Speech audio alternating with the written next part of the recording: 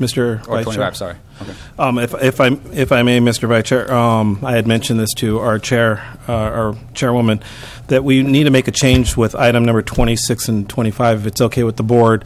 David Leifer has another appointment that he has to attend, so it's in the Bay Area, so if we can get him going first. So we'll move number 26? That's first? correct, yeah. Okay.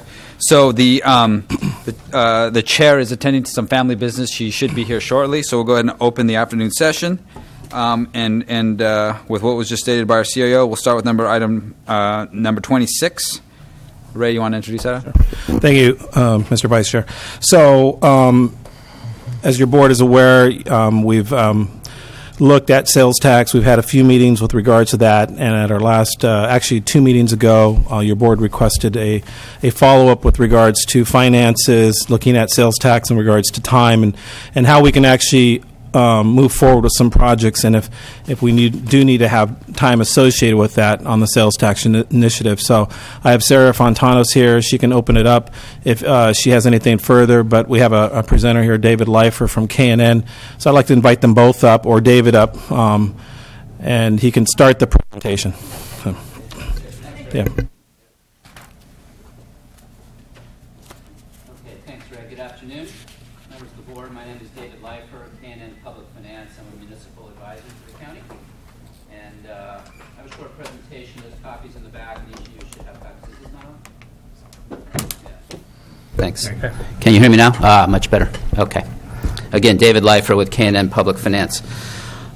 So what I'd like to do today is try and provide you with some information that might help you in your decision making as you think about a sales tax and you think about how much that tax might be for, what term it might be for, how long, and in particular provide you with some information about potential approaches to bonding, if that's a desired approach to generating money for capital projects. So my objectives today here on page, whatever that is, 1, I guess, are to talk about the different methods that you might consider for bonding, and then provide you with some real numbers, at least in the current market, as to how much a bond would generate given different final maturities of your sales tax. And then I have some additional information, specific cash flows for each scenario if you're interested.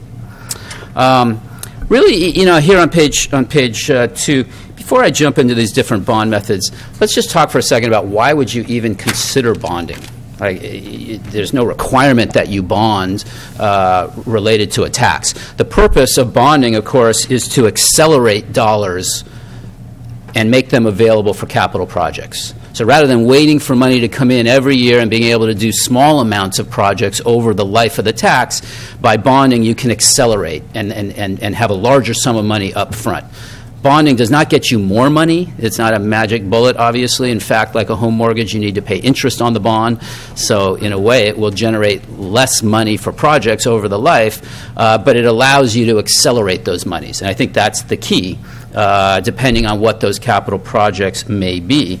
And we'll talk a little bit more about this, but I think if bonding is a desired option, it would make sense to accompany it with some sort of plan, capital improvement plan, where there are priorities for the types of projects that would be used, for which the bond proceeds would be used. Mr. Chair, I have a question right there. Sure. Thank you.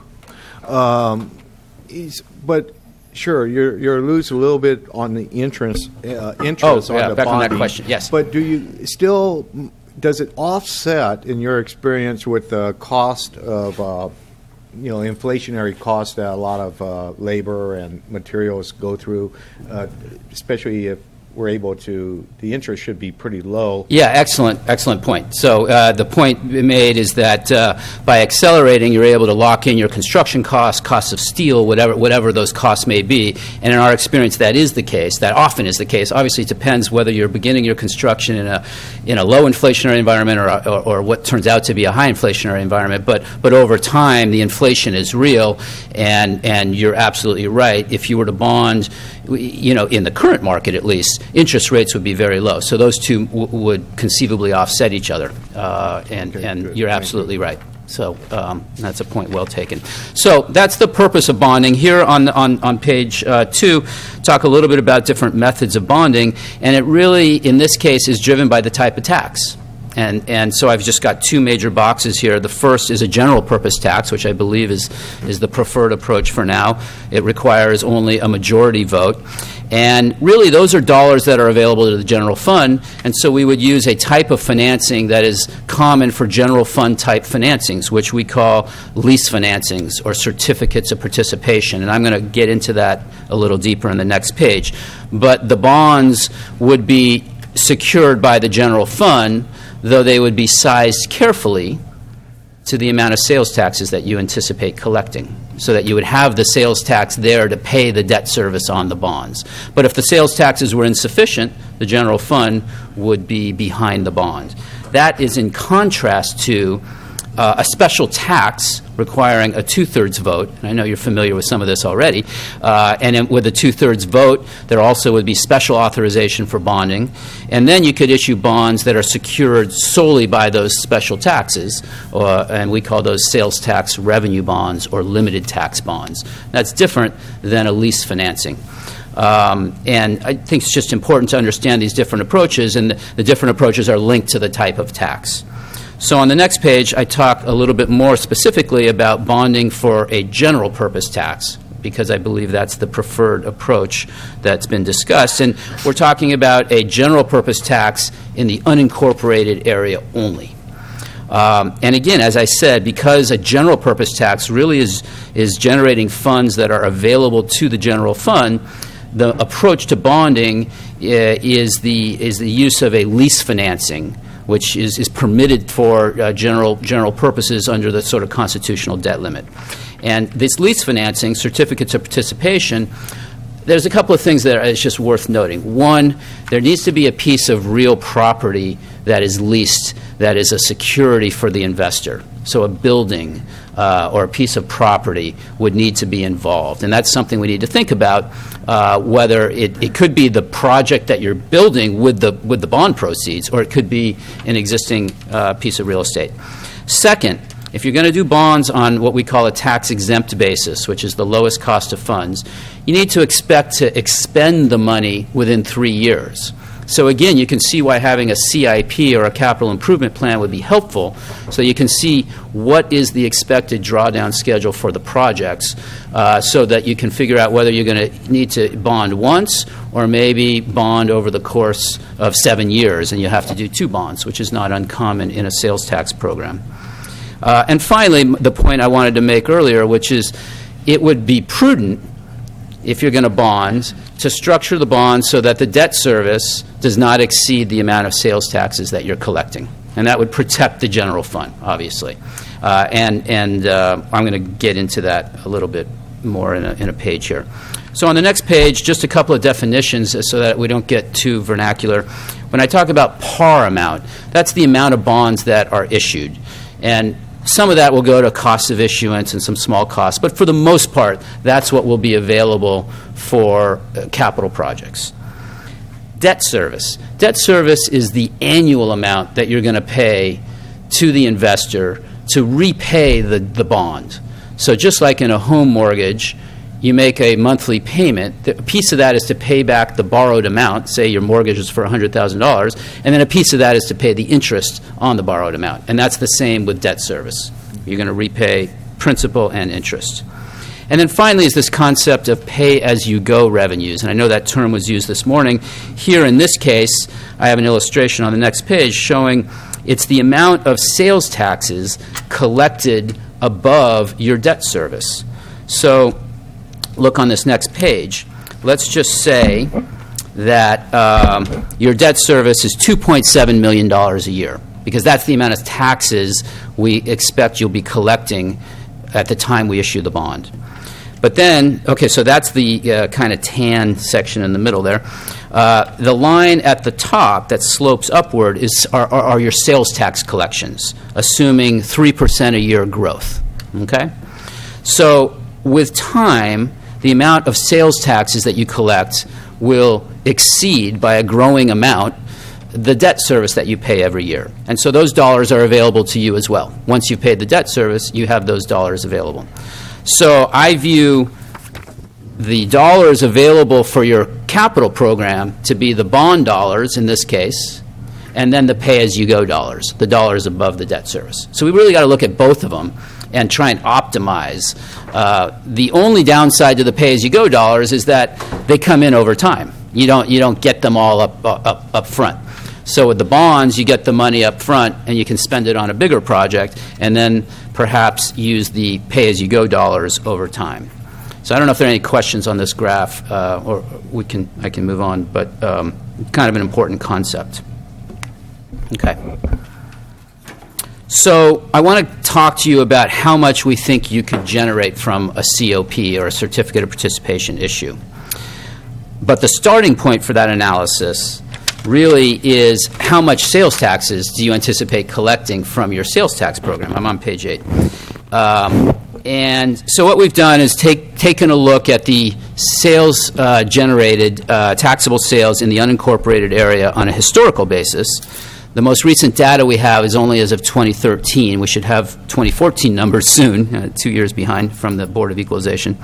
And so then we've applied a growth factor to bring us up to 2016, an estimate based on your 15-year historical average. So this is just sort of a guesstimate of, by the time you issue a bond, how much annual taxable sales and therefore collections will you have in the unincorporated only area. And so we're estimating, based on the history here and this average growth, of about 2.7 million come 17-18. Now you may say, well, why am I jumping ahead to 2017-18? Well, let's just say you put this on the ballot in November of 16, right? And then it passes, probably goes into effect in April of 17. And so the earliest you would issue a bond probably would be July of 17, or the 17-18 fiscal year. It's just a working assumption. But so at the date we issue the bond, we look back at the prior 12 months of taxes and make sure that our debt service isn't more than that amount. And so we won't know that for sure for another year and a half, but for these purposes, we're making an assumption. So on the next page, page 7, we have generated But we have a question. Yeah, I'm sorry. Go ahead, Supervisor Munzer. Yeah. Back on page 6, on your graph there, this is the taxable sales in the unincorporated area? Yeah, those are in millions, though, or in thousands. So add 3 zeros to those numbers. Okay. And then you apply the 1% to that to come up with your sales tax collections. Okay. Yeah. So those are the actual sales. That's how it's reported. And then the sales taxes that you can collect are, of course, a small percentage of that. Yeah. So, and this is somewhat, I think, consistent with the numbers, Sarah, you came up. You were looking at 2.5 million, but a year before. So it's going to depend on growth, and we'll just have to wait and see. But it's been very strong recently, so that's the good news. Okay, so this is the page that I provide some bonding numbers for you to think about the different tax scenarios. So I have these are all 1% taxes. So I have a 5-year, a 7-year, a 10-year, and a 20-year. And just like with a home mortgage, the longer you're able to bond for, the more you're going to be able to generate up front. Okay? And in this case, we wouldn't bond for longer than the tax, because that would expose the general fund to pay the debt service. So we want to have the bond lined up with the tax term. So if we're going to have a 5-year tax, we're going to have no more than a 5-year bond, and 7, 10, 20. And so again, I assume that your tax starts in April of 17. You issue a bond in July of 17. For now, it's a working assumption. It takes about 4 to 6 months maybe to put a bond together. The bond term is coterminous with the tax, and you'll see the par amount line and then the project fund. And I've highlighted the project fund line because that's really the net amount that would be available for capital projects. And so here you can see about 9.4 million for the 5-year tax and 13.8 million for a 7-year, 19.7 for a 10, and $34 million for a 20-year tax. So what these numbers are an estimate of how much bond proceeds you could generate with a 1% tax for each of these terms. And what we've done is we've taken interest rates in the current market and we've added 0.5%, assuming that rates are going to be going up, which we know they will be starting tomorrow probably, and beyond. So we've made an estimate for the cost of funds. So the two key columns, I think, are the project fund, which I just highlighted, and then the bottom row, which is the total available pay-as-you-go dollars. So remember my chart earlier showing that sales taxes above the debt service are available for projects as well, and that's how much we estimate you would have available at a 3% a year growth. Now, you might have stronger growth with all these new development projects that I was listening about this morning, or not, depending on the economy. And, there's cycles to the economy, obviously. So there will be years where you have very strong growth and years where you might have negative growth, as occurred in the last recession. But the idea is if you were to bond for, the full amount, you get the bond amount and then you get the pay-as-you-go. It could be that you'd break the bond down into multiple bond issues. Maybe you bond a little bit less year one, and then you wait 4 years because you can't spend all the money in those 3 years, and then you bond again. Well, then your second bond, you have a higher sales tax level to bond against, and so, but you have a shorter term. So we would have to play with the numbers to see which would generate, is it better to issue one bond all at once or to issue two bonds over time? I think that decision is driven more by what are your capital needs? When do they occur? When do you need to spend the money? We have a question. Yeah, that's interesting where you're putting the multiple bonds together. And I was thinking with multiple revenue funding sources to service a bond, if we identify, big capital projects. I think the biggest thing with me is roads, and I think with other members of the board, the regional park. Those are two areas that I think we should be considering if these taxes are able to pass the public. But would it be better to have multiple revenue sources to service one bond and have capital improvement projects coming off of that one bond, or have multiple bonds? Well, obviously, multiple revenue sources, if there are non-general fund revenue sources available, that's great, right? If you can get a grant or some sort of non-general fund revenue source, then we should use that money and downsize the bond or use the bond for some other project, right? Doesn't that make sense? I think. Or funds other than the sales tax. So it's not typically the way we would do a capital improvement project or CIP capital improvement plan, is you would put all of your capital needs on a spreadsheet, right? And then you would identify where are their funding sources already, and how much funding sources do we have, and then how much of unfunded needs do we have, and then over what periods of time would those monies be spent, and then you have to go through and try and come up with criteria to prioritize them. But one of the priorities might be where we have other funding sources. That might move that project up higher on the list. It's obviously a policy choice for you to decide. So I don't know if I've answered your question adequately. That's just something I want to throw out there is for good. all of us to think. Actually, Madam Chair, Yes, go ahead, Supervisor De La Cruz. we, the county, administer a lot of reserves from other jurisdictions. I was wondering if the sales tax does go through, can we use those monies and then on a yearly basis replenish those accounts back?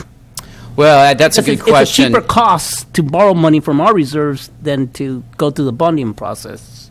Yeah, I don't know the answer to that. The auditor controller might be in a better position. If those are really funds of other jurisdictions, you might be able to do temporary borrowings. You'd have to repay with interest as well, with some vote of the board. I don't know the answer to that, actually. You need to be careful, I'd say that. You wouldn't be able to borrow long-term, I would guess, from those funding sources. Whereas this, you're bonding for multiple years, and that's a big advantage. Yeah. Is there another question on that? So again, I think on the multiple bond issue front, it really depends on the bonding, the projects that you're bonding for, and what the expenditures, what the schedule of expenditures is likely to be. But having other revenue sources to pay back the bonds is certainly a credit positive. I mean, that's a bonus, right? That would free up some of these sales taxes for other purposes. So I think that's a positive. So I think, when you do a CIP, then you can look at this and say, well, our tax could generate, this amount, and then we'll have additional sales taxes available every year. And I have at the back in the appendix some cash flow models, literally year by year over the life of the tax, showing the par amount coming in and then the excess sales taxes over debt service each year. And then we would layer in the capital project costs to compare them. So just on page 8, just a couple of points to remember as we, in light of those numbers. First, those numbers will vary, right? Based on, first of all, your actual sales taxes, interest rates at the time of sale, the ratings that we get for San Benito County's general fund. Okay, are we going to get an A rating, an A plus, a double A minus? That will impact your cost of funds. And then finally, because these are leased, this is a lease financing, you need to have some piece of real property. So if we're going to bond and you want to spend the money on roads, for example, or some of the money on roads probably are not a very good leased asset, as part of a bond financing. An investor, if you were to default, can't take a road over very easily and re-let it out, as they can an office building. So we would need to think about, are there other assets of the county of sufficient value, equivalent to the amount you want to borrow, that one could pledge? And we need to do that analysis with your staff, because that's important. And if maybe some of the money is going to roads and some are going to a fire station or some other piece of real property, then you could use those assets perhaps. But that's a consideration, and that could impact the amount of money that you have out of this bond as well. Because if you have no existing assets to pledge, then you have to borrow your interest until the new buildings are built, and so that costs a little extra. We call it capitalizing interest. But it's during the construction period. So that's point one. Point two is, of course, if sales taxes do dip, and they were to dip below your debt service, and we go back to that picture on page 5, if the sales taxes dip below the debt service, you still need to make the debt service payment, and you need to make it from general fund monies. Now, you could replenish with sales taxes that are above the debt service in another year. Which is why we would carefully size the deal based on the expected amount of sales taxes so that you don't have to dip. And then finally, there's that 3-year rule. You got to have a reasonable expectation that you're going to spend the money within 3 years. And so if you don't have that reasonable expectation, then we should break it up into a multi-year program. And that's not uncommon, by the way, for transportation programs like the COG. When COGs issue sales tax bonds, it's often over the course of many years. Just the last 2 slides here, I want to talk about if you get to the point where the tax passes and you've decided, we want to do a bond for some or all because these are our project needs and we want to accelerate those and deliver these projects sooner than later. How would we go about accessing the money? How do we actually sell the bond? What are the different ways? Well, there's 2 primary ways to sell a bond, 2 methods of sale. One is called the competitive method, one is the negotiated method. And this is for a public sale of bonds. There are also other ways to get capital. You can go to a bank and get a direct loan, but it still needs to be structured legally as a lease financing. I mean, everything we've talked about so far is the same. Now we're just getting into the different ways to go and get that money in the most cost-effective way possible. And these different methods of sale basically are the different ways in which an underwriter, like a Citigroup or a J.P. Morgan or a Raymond James, would get selected to help sell your bond to an investor out there, like Vanguard or Fidelity. My role as a financial advisor is to sit on your side of the table during that process to give you advice and protect your interest through that process. But I don't go out and get the money. We would collectively, you would hire a broker-dealer or an underwriter to do that. And I would help in that process to make sure they're treating you fairly and that you're getting the best best deal possible. So here on the next page, on page 10, is just an illustration of the competitive method of sale, which is basically where we help you prepare the bond sale, we prepare a prospectus, we get a rating, it's all there. And then on the day of sale, on Tuesday at 9 o'clock, on an internet bidding platform, all of these broker-dealers, Citigroup, Morgan Stanley, anybody, everybody's welcome, come in and they compete for your bond, and they submit interest rates. And we blend it all together, and we come up with the lowest cost of funds. We call it a true interest cost. It's a calculation. And they're the winner. The lowest cost of funds. It's very transparent, and they then will resell the bonds themselves to other investors. But that's no longer your problem. They've committed to buy the bonds at those prices. So that's the competitive method. And that's in contrast to, on page 11, this other method, which we call the negotiated method of sale, where you would select an underwriter or a team of underwriters as a partner earlier in the process. And then on the day of sale, so they would be part of our team in that process of getting the ratings and doing all of that. And then on the day of sale, they would go out into the market and negotiate the interest rates with investors. And our job in that case is to oversee them to make sure that they're pricing the bonds appropriately. But you wouldn't have that same element of competition that the first method of sale had. And there's reasons why you use one or the other in different markets. It might depend on the rating that you get. A higher rated deal does really well with the competitive method. Maybe a lower rated deal would do better with the negotiated method. It's a decision you don't need to worry about right now, but I just wanted to highlight it. So that's really the key. In the appendix, I have assumptions for our bond numbers. And then beyond that, I have these little cash flow statements which show the debt service and the amount of sales tax collections, and then that excess amount, the pay-as-you-go. And they're different for each scenario. But I think the key for you to think about are those numbers for each term of tax, assuming a 1% tax in the unincorporated area, and then thinking about, of course, what projects you would identify, I assume, to the public as priorities for use of the tax. So I think I'll stop there. Okay. Any other questions? So basically, we're just taking this all in for information right now. I think we have the opportunity per the AIT that we could make a decision today on the term of the sales tax. Of the sales tax, yes. Okay, because and then I get later on it might have been in consent that staff is doing the pavement condition analysis. That's for the roads, so we're doing that, and then maybe at a later date we're going to commit to projects. Is that the idea of this, or?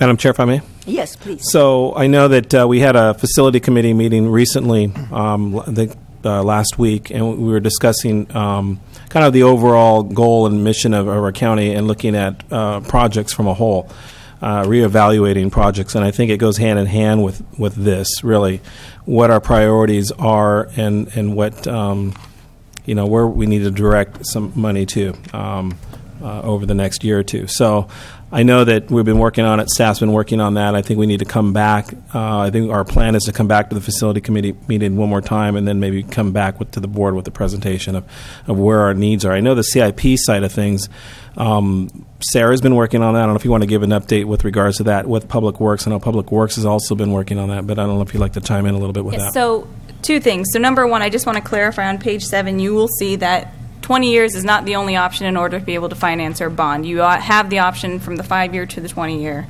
So that's been clarified by David, thankfully. So now we have a nice range of options that you'll have money up front, so that when you have the idea of what your unmet need is, you guys can better determine, which option is best for you. And we have been working towards, and we've initially gathered information, kind of a dream sheet of what department needs are that would look at the 1 year and even out to 5 years, depending on the project. It was a kind of a vast, quick analysis internally. I know that Brent and Joe are working to have an official CIP done for the next 5 years. and we're working on criteria and hoping that during this next budget cycle that is stuff that we can move forward to you and at least have an idea of what criteria and what major projects we're looking at minimum over the next year to provide that unmet need portion. So it's all moving forward, but I think this is at least the foundation. We still have the time since we're going in November. I think I want to say the May or June deadline for the AIT and such to legal and elections in order for you guys to really have something in writing on what the term is. But this is the foundation setting the amount of money you'll have available, and our missing piece at this point is those unmet needs. But so the decision can be made today, or at least a preliminary idea of how you guys are feeling, but it doesn't have to be. Yeah, and I guess we don't have any debt service out there, no COPs that are lingering. The jail's taken care of and everything is free and clear. Right. That's correct. Yeah. Which really puts us in a better position Sure. to bond, right? That's because correct. we don't have that debt. Yeah. But I guess one of the things that I would like to consider, and I don't know, we don't need to make the decision today, but we do need to look at history. And I know the gentleman that just spoke.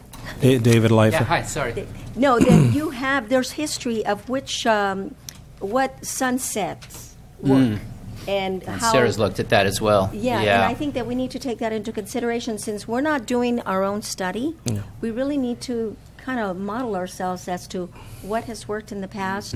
When you have an election in November and you put a general sales tax out there, what has passed, does a 20-year tax pass easier or higher than a 5-year, or vice versa? So I think those things, and you told us that the first presentation you did for We us. talked about it, and Sarah's done a lot of good research on that as well, and I'll let her talk in a minute. The one point I'll just make is when you look at those other taxes, Right. so you look at your neighboring communities, and they've done a 7-year or a 10-year, look also at how they structured the ballot. And what was the purpose of the tax? So was it just for operations, salaries, things like that, or was it for capital?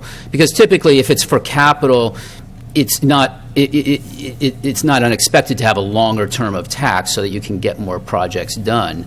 I think the voters are probably going to be less willing to give you a long-term tax just for operations, I would think, although maybe the cities prove me wrong, and maybe a slightly longer term for projects if the projects are the kind of projects that the community values. I don't know if they're public safety. So one possibility I know that Sarah has talked about up here in the past is pairing the sales tax ballot with an advisory vote. That's another possibility. The citizens could say, look, we realize it's a general tax, so you legally you can do whatever you want with the money, but we're telling you this is what we believe are the right priorities, whatever they are, libraries or jails or whatever. Right. So I don't know, sir. And to kind of piggyback that, the idea of that is through the budget process. So as he's saying about the advisory, that's where in the budget process, whatever that advisory is, that the policies are set during the budget process to reaffirm in writing what you determine to be the advisory. So if you guys all agree as a board, in this, even though we are going to have a transportation tax, we still want to focus on roads and the use of this general tax, then that could be set in a policy. Right. We've discussed in staff a policy for one-time funds in regards to setting up a policy that diverts some one-time funds into a savings to see the formal board acceptance of setting aside money for capital projects. So another way to affirm to the public that you will intend on doing what as you've said. So the question is important when you put it out there, because we've already determined that we want to do a general. Correct. So it really is going to be, what is the advisory question that we ask with that, with a ballot measure? And that is where us answering what the unmet needs are very important, and then the public workshops of you speaking with the community as well. And what came out of that facilities meeting that we would love to be able, Supervisor Botello and I sit on that, is the idea is really a great idea of doing long-term planning and looking at all the different areas of our county, which would be the administration, the jail, give me other ideas. I'm trying to remember. Yeah, There was Health and Human public- Services. Health and Human Services. Behavioral health location we're currently looking at to build out. The sheriff's, the public works planning, sheriff's building. What are we going to do with that in the future? Are we going to consolidate or move the sheriff's organization to the jail location where probation's at. So there's quite a few things that we're looking at strategically. Right, and to look at the kind of the big picture and not just look at our immediate needs, but plan forward. Where do we want Health and Human Services to be? Do we just keep putting things everywhere, or do we really plan to have I guess a campus, perhaps is what we would like to call it, for these different agencies or different areas that people service that we have for the community. Yeah. So I would like to see us put this on the retreat, the facilities part of it, have one more meeting as the committee, and then have a presentation that will give the rest of the board what we feel are the recommendations moving forward. Immediate needs and long-term needs. Madam Chair, so my understanding from the facility committees is mostly administrative facilities, right? No, it would be any facility that in the county. Well, I mean, yeah, facility. I mean, I heard the sheriff. I heard Right. Jim's department. I heard this department. Parks, the maintenance, public works maintenance yard. But are you referring to? Well, to my those? my question is here, Madam Chair, is that work always gets done at the committee level, and when it comes to the board of supervisors, very little do the board of supervisors have some structure change to an idea that comes from a committee.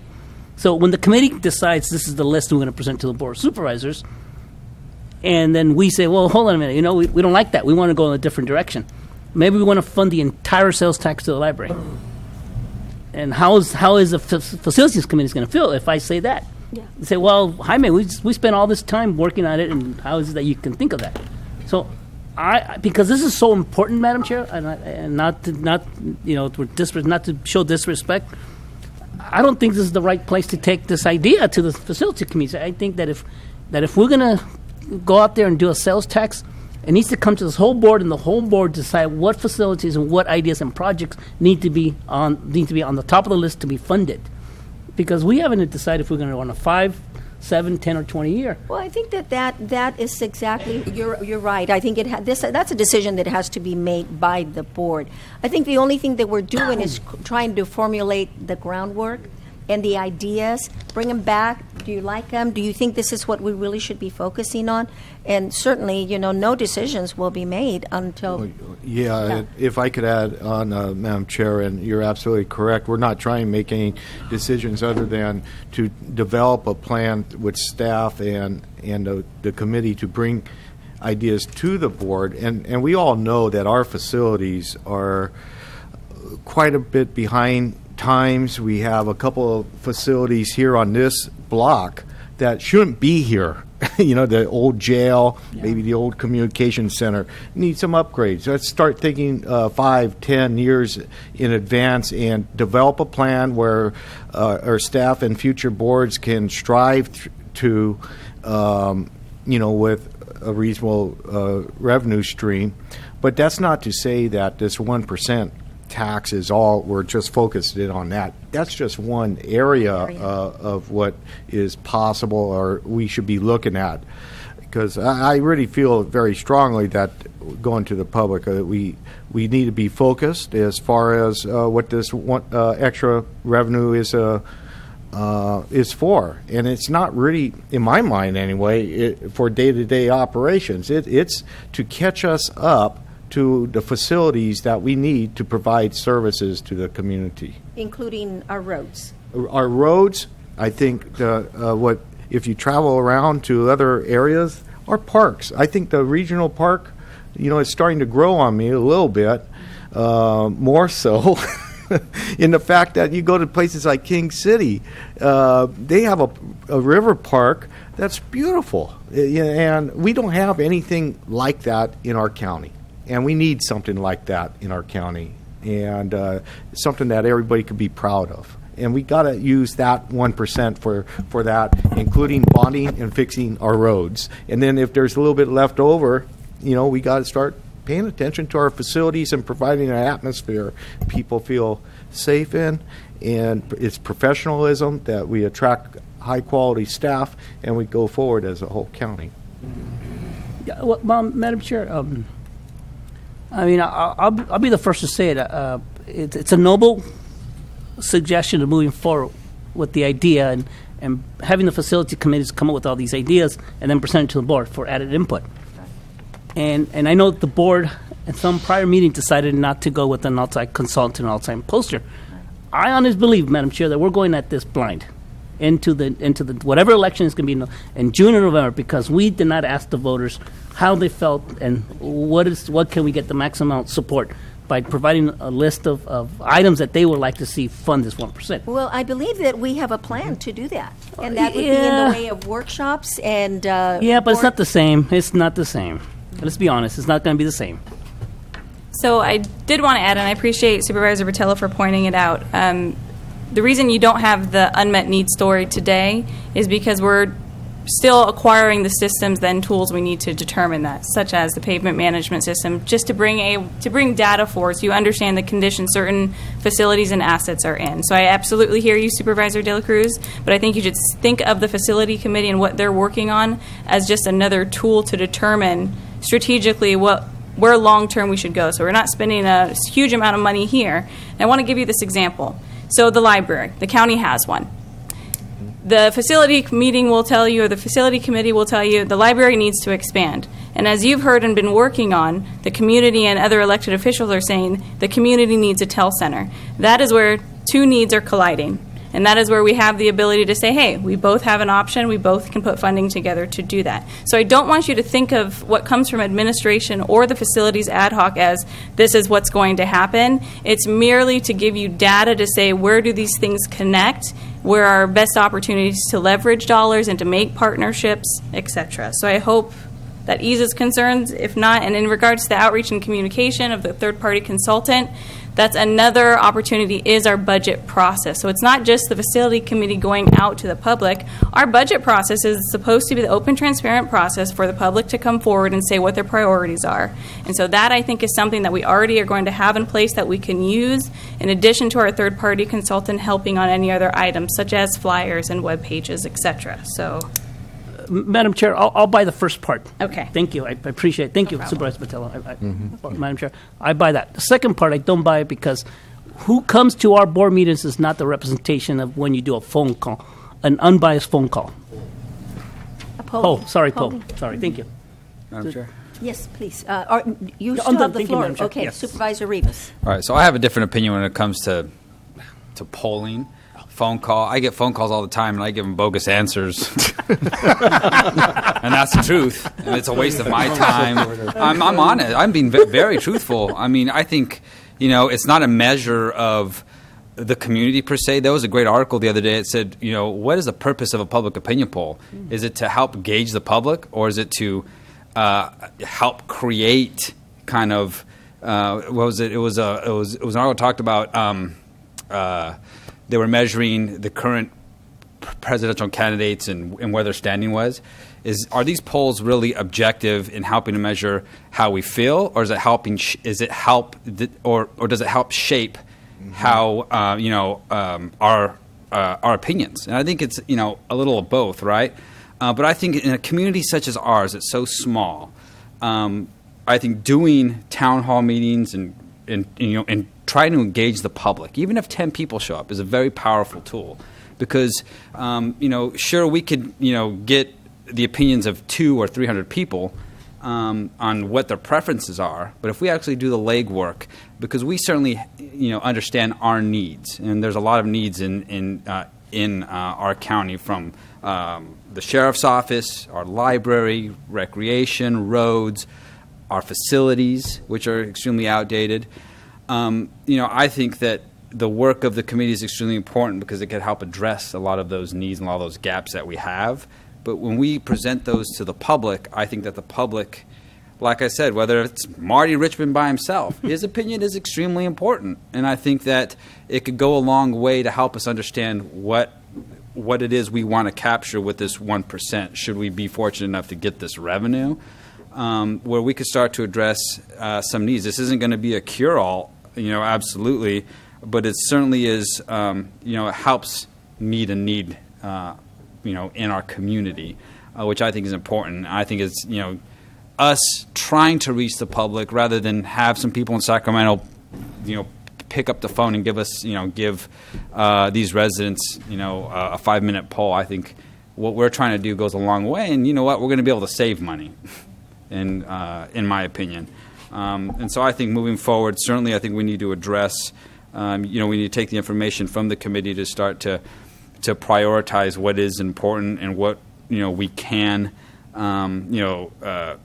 try to create a specific plan as how we would move forward. Should we get this 1%? I would like to see, I would like to be honest with people. It really bugs me when, as a local city resident, every 5 years I get this tax on my ballot because the previous 5 years wasn't enough. I think that we need to be honest with voters, and I don't think 5 years is enough. I think we need 10 years. It certainly is tougher to sell, but at least I can go and knock on doors and be honest with people and tell them why we need it for 10 years. So, thank you, Madam Chair. Yeah, you're welcome. And I think having that list will be, it's really just a wish list. And then with the workshops, people can see what the needs are for the county. What are you willing to support? What is it? What are the priorities for you as a community? And we can bring that back to us through the budget process. So maybe I've got them backwards, Sarah, but I think that's probably the direction that we would like to take. It is a mix of that, and it doesn't mean that there's the budget process and then the third-party consultant that we're looking for additional outreach and education. But absolutely, that is the path, and at least the arrangement of the items. You have it right. Okay. So, can we decide on a scenario? I agree with Supervisor Rivas that maybe we should start having in our mind it to be a 10-year sales tax that we'll be coming out in October with, and then work on the other components through, public input and things like that. I could make that decision today myself. But not knowing exactly what that list is and how much that list is going to cost us. Certainly, a 10-year is not going to. It's not a solve all. But no, it won't solve all the problems. But if we can have some priorities in there and say, look, in 10 years, if we collect this money, this is what we can potentially do. And I think that's believable. Yeah, and I'm all for saving challenges for future boards. Yeah, I do too. That's not fair.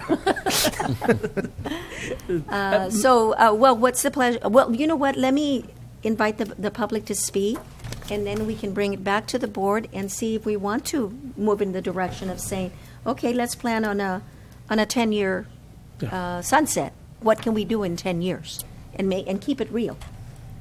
So if you could turn on the lights, please. I think there may be. Yeah. Thank you. Do you have any speaker cards? Okay. I'd like to invite the public to address the board on this item. If you've got any ideas you want to share with us, we'd love to hear them.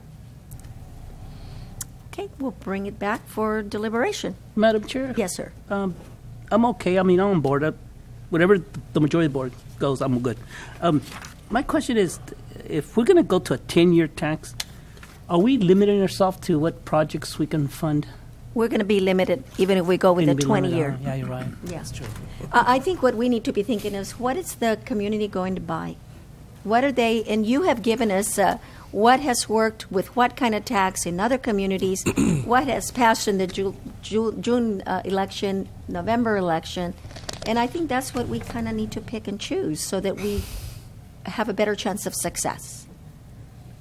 Yeah, so in regards to that, it was a quick, I provided the analysis and spoke about it with David. It was just a simple 2014, the ballots that passed then, and they typically were 5 to 7 That's what it years. was. And they had advisory questions, and the advisory questions were split over a broad range of things that included both public safety, fire protection, capital improvement projects, which they would highlight as parks, road maintenance. I mean, that's a broad topic as well. But it was the advisory question that reached out to just a broad majority of the community that they could go with. So, and of course, what do they call it? The oversight committee as well as part of that advisory question. As part of the advisory question. Yeah, so and that's where I mean having the policies in place during the budget process shows the community as well that that's the plan direction of the board. And Exactly. the advisory is just the oversight committee of making sure of, oh, yes, so rather than not having the policy and they're just going with it. So I think that is a great approach. Having the policy kind of seals it. It locks the commitment from the board that we are going to do certain things. So within our budget process. So, okay. So you said 5 to 7 years were the successful ones in 2014. a majority of them, yes, much so more than the ones that were 10 years, but there were some for the 10-year period that did pass, but it just was kind of few and far between compared to the 5 to 7 year. Okay. So we take more of a gamble going with a 10-year sunset.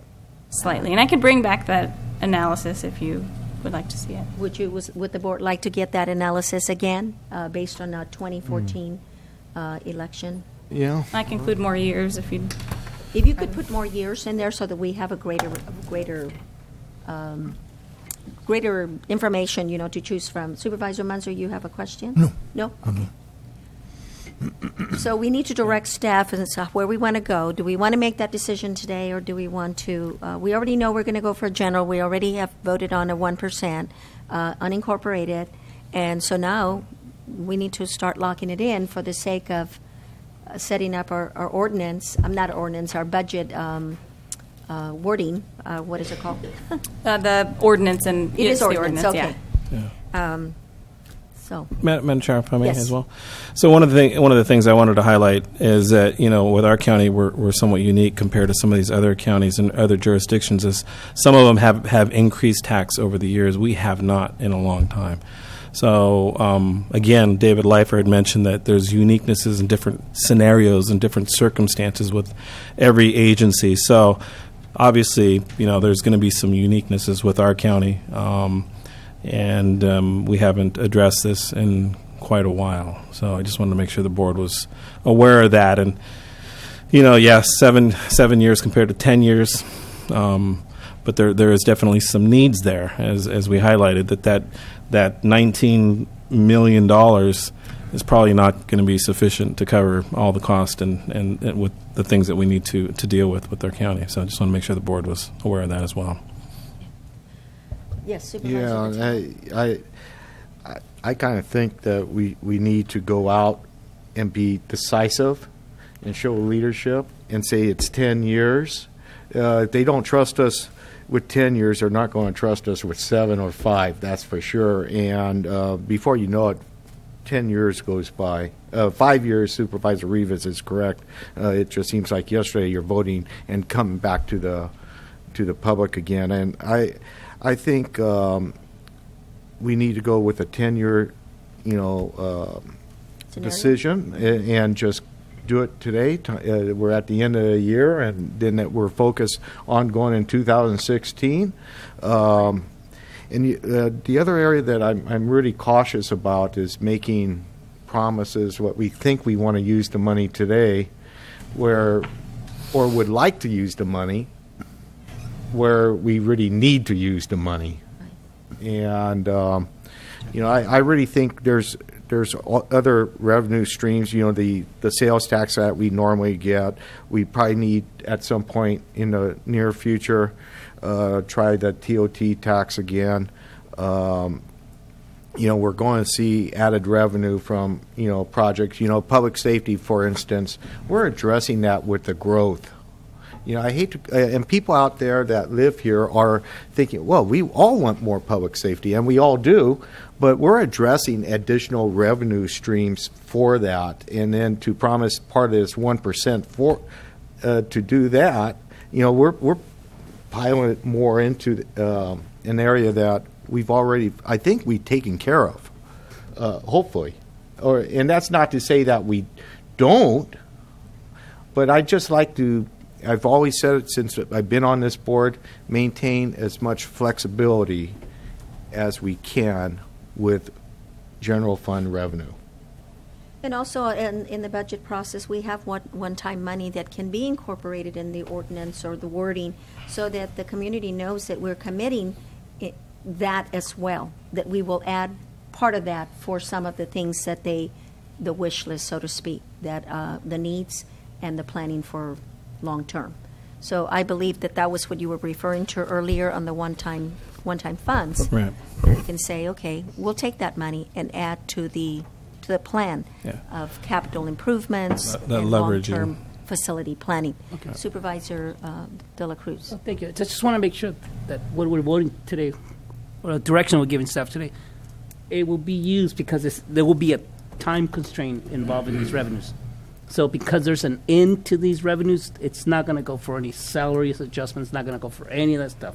I just want to make sure that I hear it here today. Well, we cannot commit other boards because it's a general tax, but I think if you set it through the budget process with the ordinances, it kind of commits future boards that is, it can always be changed. We can do pretty much Okay. whatever we Okay, I just we want to make deem, sure.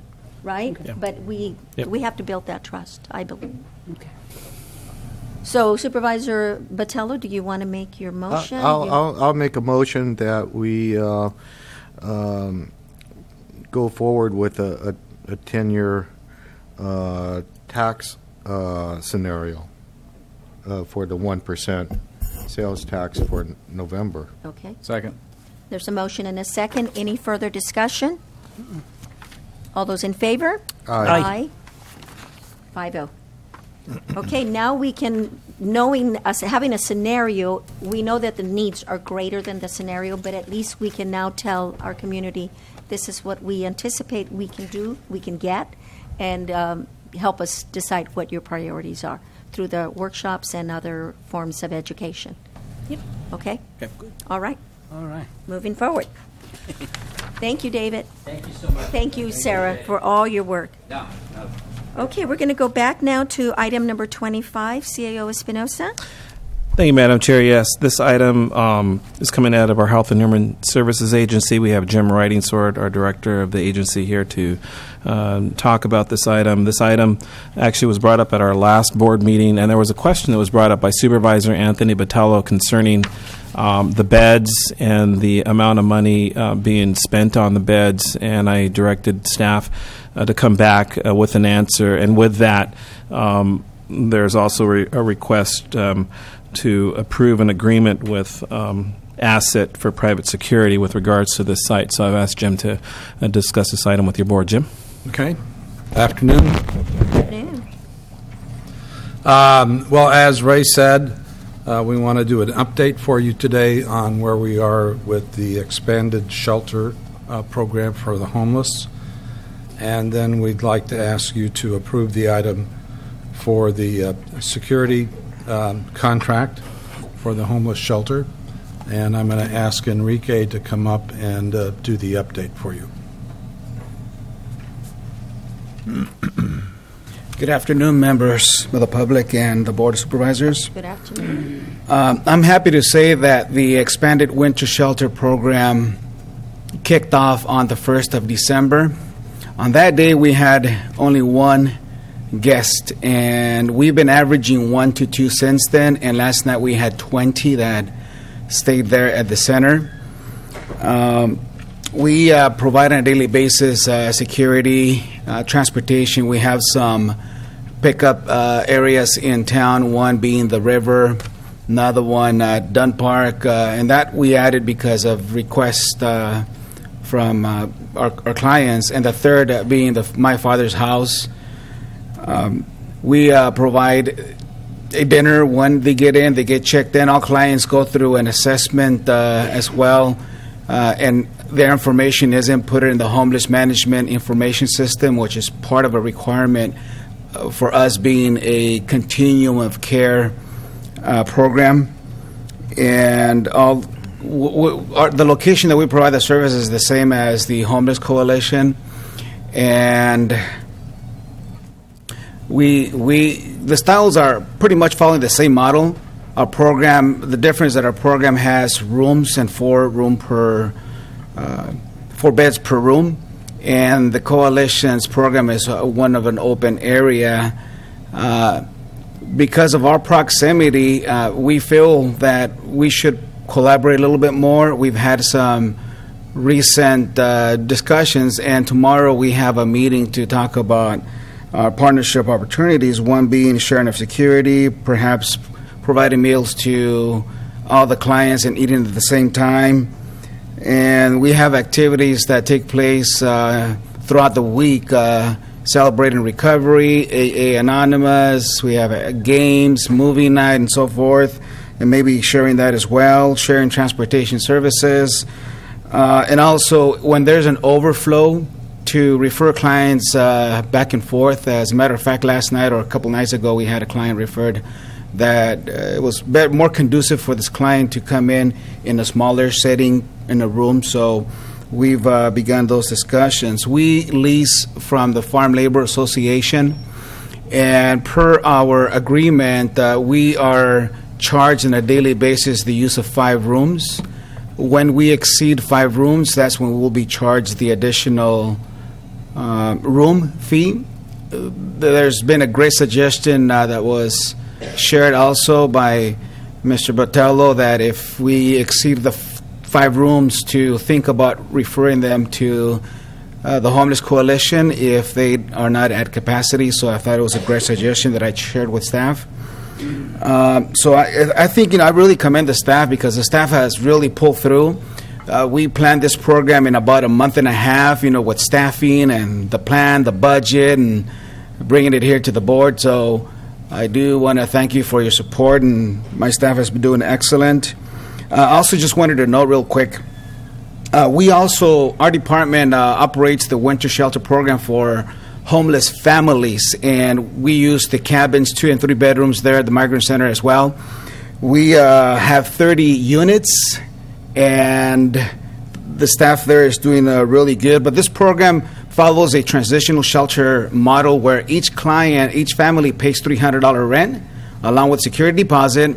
At the end of the program, that's given to them with the intention of securing permanent housing. And a case manager. That's the family. That's a family piece. Yes. Okay. That right. We're doing kind of the same location in 2 different areas. Right.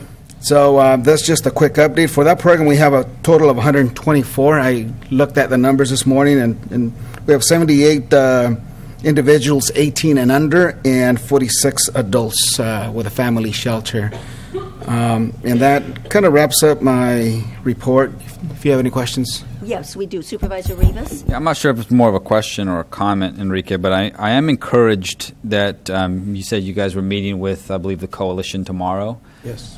Because I did get a visit from a faith-based volunteer, said that she was up there recently, faith-based volunteer on behalf of the coalition, going up there to feed the homeless. And she had called me and told me that it was pretty chaotic up there, that there was such a lack of coordination amongst, she was really confused. And I tried to explain to her the county component and the coalition component, but she had explained to me, which was a concern to me, that it was extremely chaotic.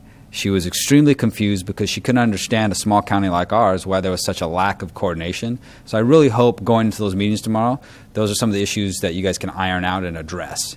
And if they aren't ironed out or addressed, they need to be addressed. So thank you. Thanks for your feedback. I will address it. Supervisor Botello? Yes, thank you. And I really appreciate your forthcomingness as far as your plan of action from our conversation earlier in the last week. And I think that's a great plan. I really appreciate that. I think it's important that when people go up there that they see kind of one coordinated good program. And there's be some bugs. Believe you me, I just working with other consolidated efforts, my time being on the board. So that's really important that you're moving forward, and I thank you for doing that. With the what we have on our agenda this afternoon with the security, is there a formula as far as how many security personnel should be up there, and is it the same company as what the Homeless Coalition has? And if not, why is there a difference, or so to speak? We secured 3 quotes, and we went off with the one that made the best sense for us. I believe one of the quotes was the same company that provides security services for the Homeless Coalition. I'm not sure if this is the same one. I don't recall. So for this one, they're charging us $25 an hour. When we have a need to use 2 security, guards, that fee is reduced to $20 an hour. We budgeted a little over $26,000, and I think that that's also an opportunity for us to, I mean, it's the same location, two kind of different areas, but I'm sure we could work as far as making rounds, so Yeah. that's what we're going to... One of the things that, I mentioned to you before, and I want to mention to the rest of our board, is nothing would please me more than to return whatever the $50,000 that is left back to Hollister. They pulled it out of their general fund, which I would assume that they got other needs for. We have a grant, and I'm very sensitive if we could find ways of collaboration at all levels, whether it's mutual meals, security, utilizing space so we don't have to pay the Farm Labor Association more money, just to kind of nickel and dime it down to where we could, have some money left at the end of the program to return back to Hollister. I think that go a long ways with our working relationship with the city, and but it's a take, work on our part and from your staff to find ways to work together, and it's a task. We'll do our best. Thank you. And Supervisor De La Cruz first. Oh, thank you, Madam Chair. I concur with Supervisor Batello, what he said.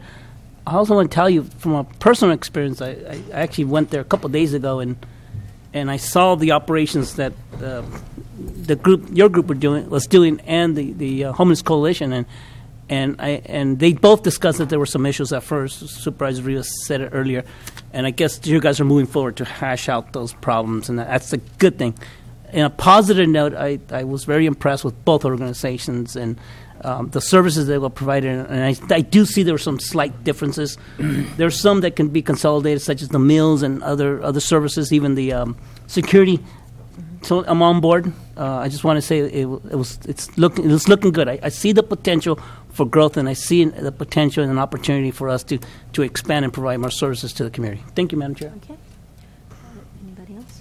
Okay, thank you so much for everything that you're doing, but my idea, I know I would love to be able to give the city back some money, but ultimately, we need to provide the best service and serve as many people as we can. When I heard the news on KSBW last night and heard about the 2 individuals that died in Monterey County from exposure, I mean, that means that they were out there, they may have already been suffering with something, and they were out in the cold in probably 40-degree weather, and they perished, and we don't want that to happen in San Benito. I'd rather use the money and I know you'll be frugal, but I want to provide services. That's what the money's intended for. So if we have money left over at the end of the day, then wonderful. But if we don't, we've done our job. Okay. So. Thank you. I'm going to pass out copies of the report that Enrique did so you can have it to refer to in the future. Okay, I'd like to invite the public. Are you done with your report? Well, This is a new one that... Well, no, now in this, and then approve the agreement for the security. So Okay. that's the second part of this discussion item. Okay, very good. But I'd like to invite the public. Do we have any speaker cards, Louis? Yes, ma'am. Do we have any speaker cards for this item? Okay. I'd like to invite the public, if there's anybody from the public that would like to address the board on item number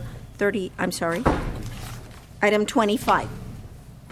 Okay, I'll bring it back for a decision. Madam Chair, I make a motion we approve the agreement with Asset in the amount of $26,000 for the private security services for the homeless winter shelter program, and authorize the Health and Human Services Director to sign the government and any amendments pertaining to said agreement.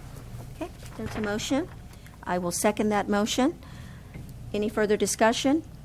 All those in favor? Aye. Aye. Opposed?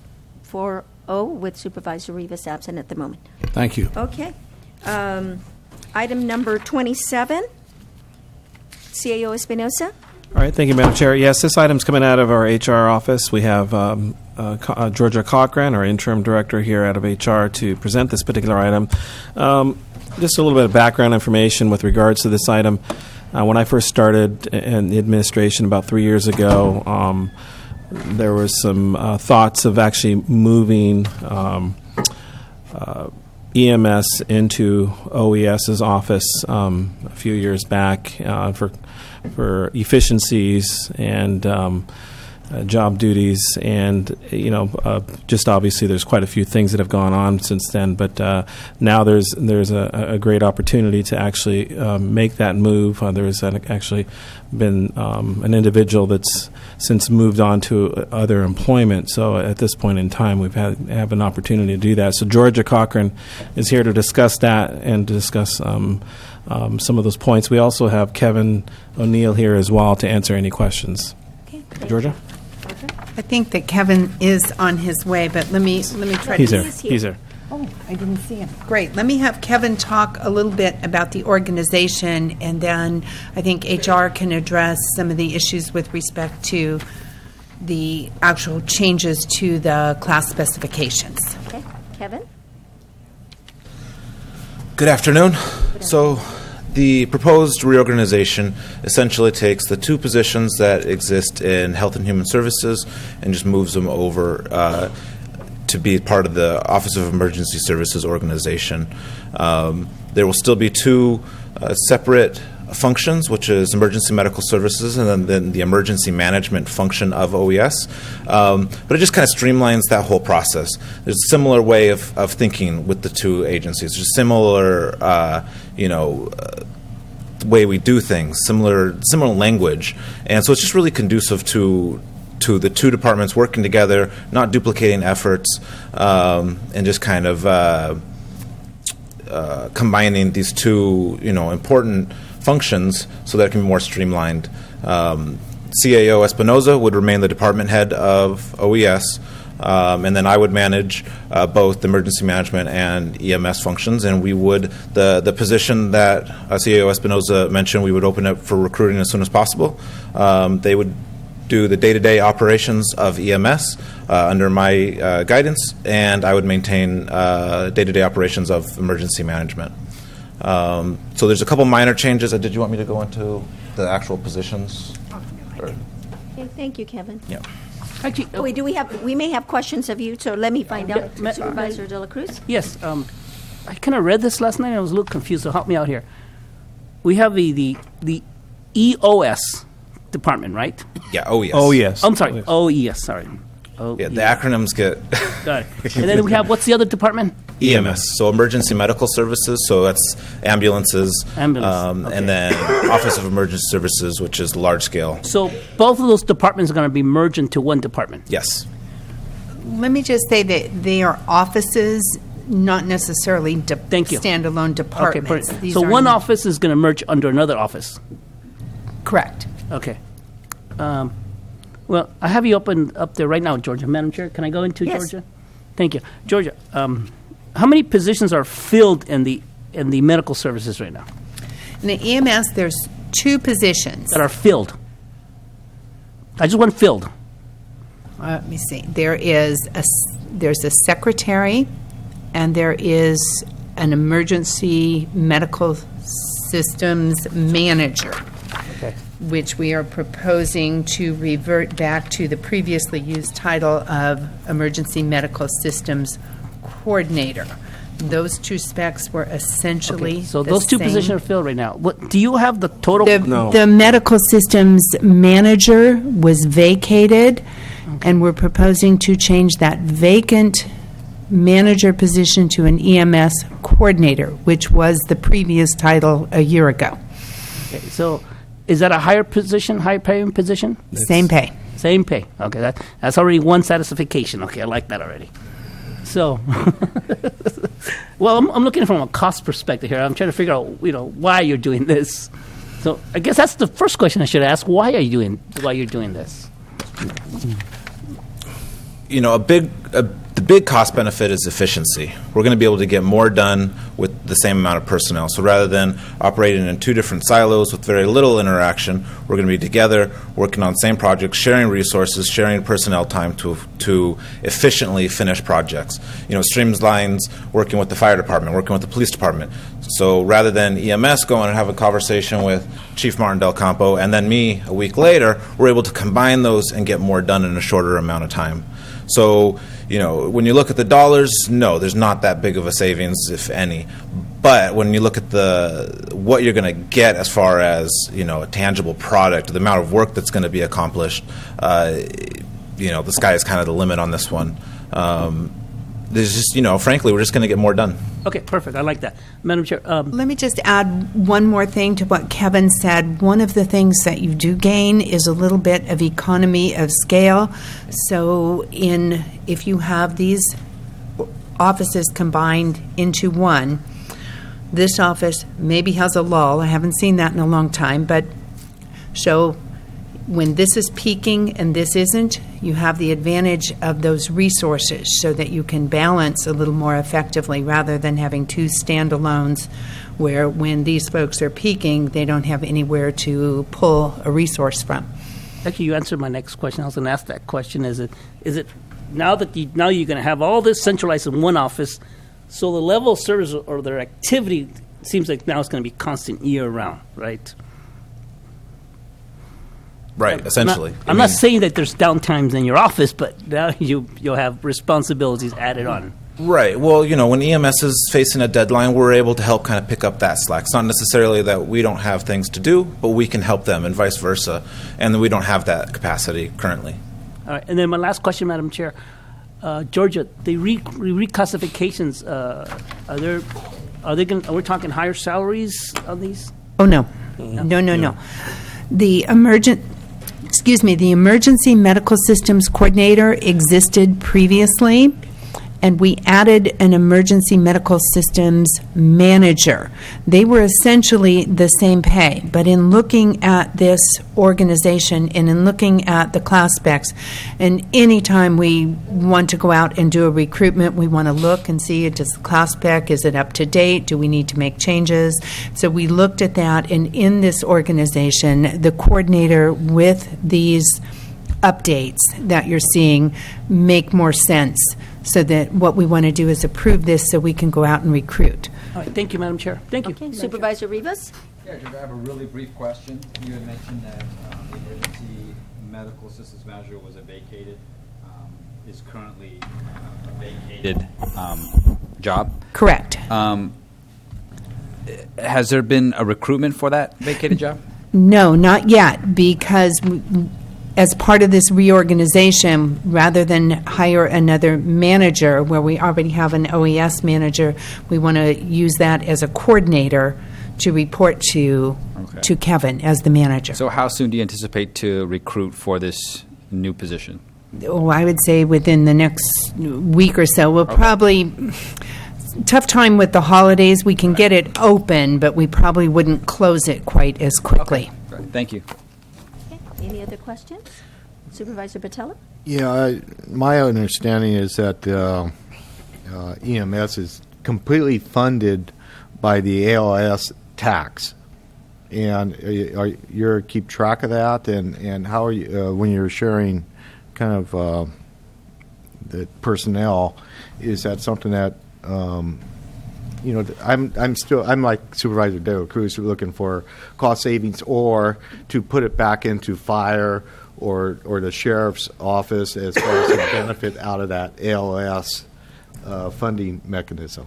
Right. So, financially, EMS will be fully paid out of that CSA, the ALS tax, and there'll be overlap, but it'll be a even give and take. So I don't think there's going to be anything, kind of fishy with where the dollars are going. As far as whether that ALS money could go to fire or the sheriff's department, I do not know. I think that'd be a question for. I've been looking for that answer for years, and it would be great if somehow we could get personnel to help with plan checks or something like that. Because in my mind, EMS person, coordinator or manager or whatever, they're just looking at EMT cards, certifying that they're up to date and that they're valid for all our departments, and setting up court training, which is important. But beyond that, they don't do a whole lot, do they? There's definitely more to it. There's public information pieces, safety. There's quality assurance. Looking over the patient care reports, making sure everyone in the field is doing what they need to do. Protocol and policy development, making sure that what's happening in the field is up to par with what the county protocol is, and changing those policies and procedures and protocols as needed. So I think there's a lot more to it, and I'm not going to stand here and say that I'm a complete expert with it. I know a lot about it, but that's why I'm going to hire a coordinator who is a subject matter expert in that field, and can run those operations. And that person will be working under you? Yeah, they'll be working under me, yeah. Great. And then maybe kind of follow that, because I almost think it's a part-time job, but I could be wrong. If you approve this reorganization, I have no problem coming back in a month and reporting back to you and letting you know whether it is a half-time it job. Could be longer than a month. Maybe 6 months. But whatever you choose. Yeah. And I'll also get you an answer to the CSA. Once we get in there and start to get into it, I'll definitely be able to find you an answer. Okay, great. I appreciate it. Thank you. Yeah, no problem. Any other questions? Yeah, I'll invite, your presentation is complete. I can invite the public to comment. Anyone from the public want to comment or address the board on this item? Okay. I'll bring it back for a recommendation. Move for staff recommendation. Okay. There's a motion I'll second it. and a second. Any further discussion? All those in favor? Aye. Aye. Aye. Opposed? Motion carries 5-0. Item number 28, CAO.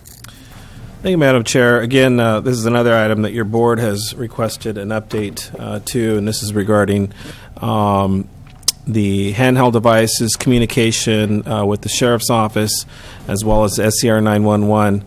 And I had mentioned a few times that we'd be coming back to your board with a presentation. So I've invited the Sheriff's Office, Captain LaMonica, and Tony Weir to give the presentation to you. There's been some concerns with, I know when I was working in the IT office, we had some, there was an initiative to move forward with narrowbanding, and there were some definite issues regarding narrowbanding because they're actually tightened the bandwidth, which means it was a little bit more difficult to get signals out and to communicate. So there have been some issues and some hiccups, and we're not the only county or only agency to have that. There are some very large counties and very large agencies that have had to put a lot of money to remedy these issues. So I just want to make sure the board and the public are aware of that. But I know staff and the Sheriff's Office has been working diligently on that, so they're here to update your board with that. So we have Tony. Yeah, we're already having difficulty. Technical difficulty? Madam Chair, thank you, members of the board. I appreciate your time, and the purpose of today's briefing is to update the board members regarding the communication system and which is owned by the county. We're trying to get this PowerPoint up for you guys right now to give you a little bit of information on that. Louis can help you. The clerk of the board can help you with that. That's the file right there. This is the file? Yeah. It's a PowerPoint show. It should just run itself. While Louis is doing this, first, Ray, I'd like to publicly thank Deputy Tony Weir for all the work that he's put into this project and, keeping us up to date with what he's been doing over the past couple of years with narrowbanding and everything else, and he's done an excellent job. So I just wanted to publicly thank him for that. Let's see if you can find it, but I couldn't find it. Hold on a minute. Okay. With both Tony's working on this, I was hoping to, we were known basically as TNT, and I was hoping to give you a little bit of a dynamite presentation here, but I don't know if that's going to work or not. Leave it on the brand.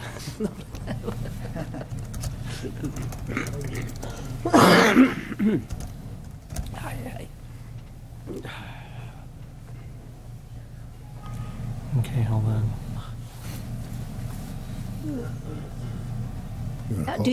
I'm sorry. I was going to say, do you have the presentation on paper that we could maybe work with that instead of getting the PowerPoint? Oh, go for it. Pardon? Make some copies, Madam Chair. Pardon? Make some copies, Madam Chair, if we could. Okay, let's take a copy that 5-minute has break. all the I was going to say, if we could take a break, I'm sure I Yeah, can we'll take prompt a it back up. 5-minute so break give me and a come back second. and continue the item. Do you want to make There it copies is. just in No, case? let's see if we can get it running, I think. Okay, very good, thank you. 5-minute break, we'll return in 5 If minutes. I can get to my email, I can get the actual. I got it.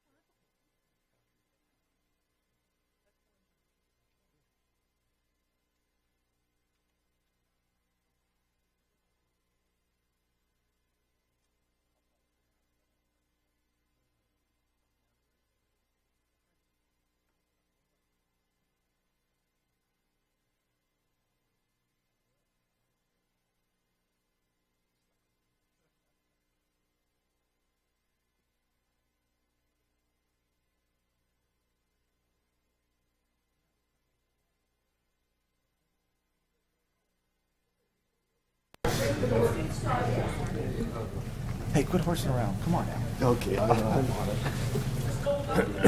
Okay, we're ready to roll if you're ready. All right, thank you, Madam Chair. Okay, We'll continue thank now. you. Everybody should have a copy of our presentation there. It even has our top secret notes. So I'm going to be pretty much reading or talking about what you have in front of you. We'll run this really informal, so if you have questions as we go along, please shout out. The slide pictures you have are black and white. We'll put color up here. Hopefully you can see the color as we go along. First of all, to start off, the narrowband upgrade. This was a federal requirement. The FCC issued a mandate that certain radio spectrum bands had to be readjusted, and what they did was they said that the spacing between radio frequencies was cut in half, and what that did was allow for more channels within the same bandwidth. So it shrunk everything down, and then they could squeeze channels in between that empty space. Most newer radio equipment was capable of that reduced spacing. Ours was not. Some of our equipment dated back to the 70s, and so we had to replace all of our infrastructure equipment, and that was done through Homeland Security grant money. That had to be done by January 1st, 2013. We were able to get a 6-month extension because we had some funding issues with FEMA, and we got an extension for 6 months. We were complete by June 1st, 2013, and we've been operational since, narrowband compliant. So here, this is just the radio system overview is just to give you a sense of the system that the county owns and maintains, but is used by other than county entities. And if you look at the circles, the colored circles up on the screen, we have several places where we have towers, and our system is repeater-based. And what that means is we have one base station that talks or communicates with a repeater, and that repeater then broadcasts that information out. And the repeaters are placed in strategic locations throughout the county to get us the coverage that we need. So 3 of the repeater sites that we use are leased. One is owned by the Monterey Office of Education, one is owned by CAL FIRE, and one is owned by a private entity who builds towers and leases space. So we pay monthly or annually for antenna space and radio housing space. The Park Hill repeater site we own, that is all of ours, and then the Aromas Fire, which is a future site, we have to work out some details as to how we're going to make that work. Madam Chair? Yes, please ask. We may interrupt you. Absolutely, With questions. absolutely. Supervisor Munzer? Are the dead spaces, especially down in South County, are they being dealt with? That in the future, yes. That would be a future. The issue with the South County terrain is it is so rugged and so mountainous that it is very, very hard to get coverage. I'll talk about that a little bit in a second as to how that works. Did I answer the question? Yes, and then my other question is, where is this base station? Is that on top of the old? Right now, the base stations are on top of the old sheriff's building. Okay. And one of the projects is to move them off of Okay, there. so that is Yes, being looked absolutely. at. Okay, very good. Thank Absolutely. Okay. Yeah, Supervisor Botello? Yeah, just talking to deputies every once in a while when I get pulled over or whatever. How often do you get pulled over? You'd be surprised. Probably more now. Yeah, probably so. Speaking of I know the Aromas area, Anzar Hills area, that's kind of a dead spot for the deputies, and that's great that you're trying to put together something at Aromas Fire. Is that be a mutual benefit for CAL FIRE as well, or the fire district? Or is that what they're after, or they're not asking for money, are they? No, not necessarily. They have the coverage they need in that Aromas Valley.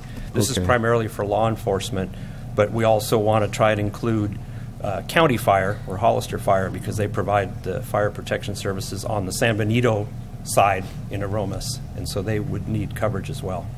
So it's just infrastructure communication? Because right next door is the water district. You probably go to a water district and put a tower in too. Yes, absolutely. And we're looking for a spot. The Aromas Fire Station was the one we used for when we did the study. But anything in that area is going to get us coverage, and the most beneficial place would be where we want to go. Absolutely. Thank you.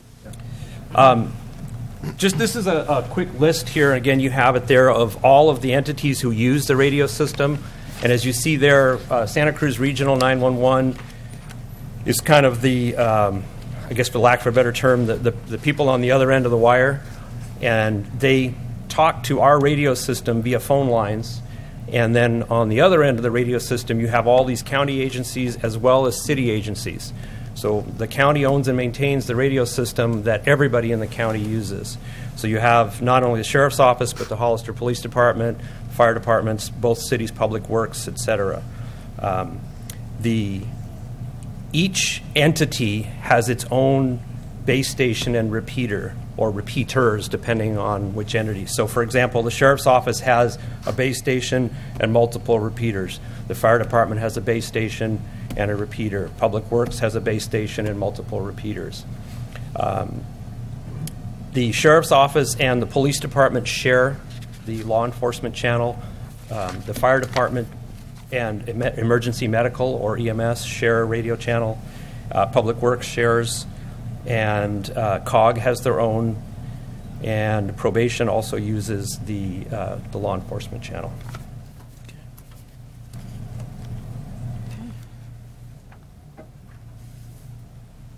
Well, that's a little clearer there. With respect to coverage, these repeater sites were placed in various locations in the county to try and get us the best coverage. One of the issues that we have with San Benito County, it is mountainous, and radio signals travel in a straight line. So just as an illustration, if I were to take a flashlight and set it on top of the podium here and shine it that way, everything down on that end is going to have great coverage, but the stuff in front is not going to have very good coverage because that light beam is going to go straight. It may deviate a little bit, but it's not going to turn corners. So when you look at the circle there, the blue circle or the School Peak circle, you can see that covers Aromas. That circle encompasses Aromas. But Aromas sits in a valley. And so what happens is those radio signals go right over the top of the mountain and right over the top of Aromas, and therefore coverage is poor. So that's why we talked about putting a small site to cover that valley in Aromas. And to answer your question, Supervisor Munzer, is that for South County, we have those same issues, as we have those valleys that we'd have to specifically dedicate some radio equipment to get into those valleys, because Call Mountain, which is the red circle, or San Benito Mountain, which is the yellow circle, cover that area, but they shoot over the tops of mountains and not down in the valleys. Does that make sense? We have a couple of projects ongoing that have been funded. One of them is a digital radio conversion, and this is to update our radio system to digital radios.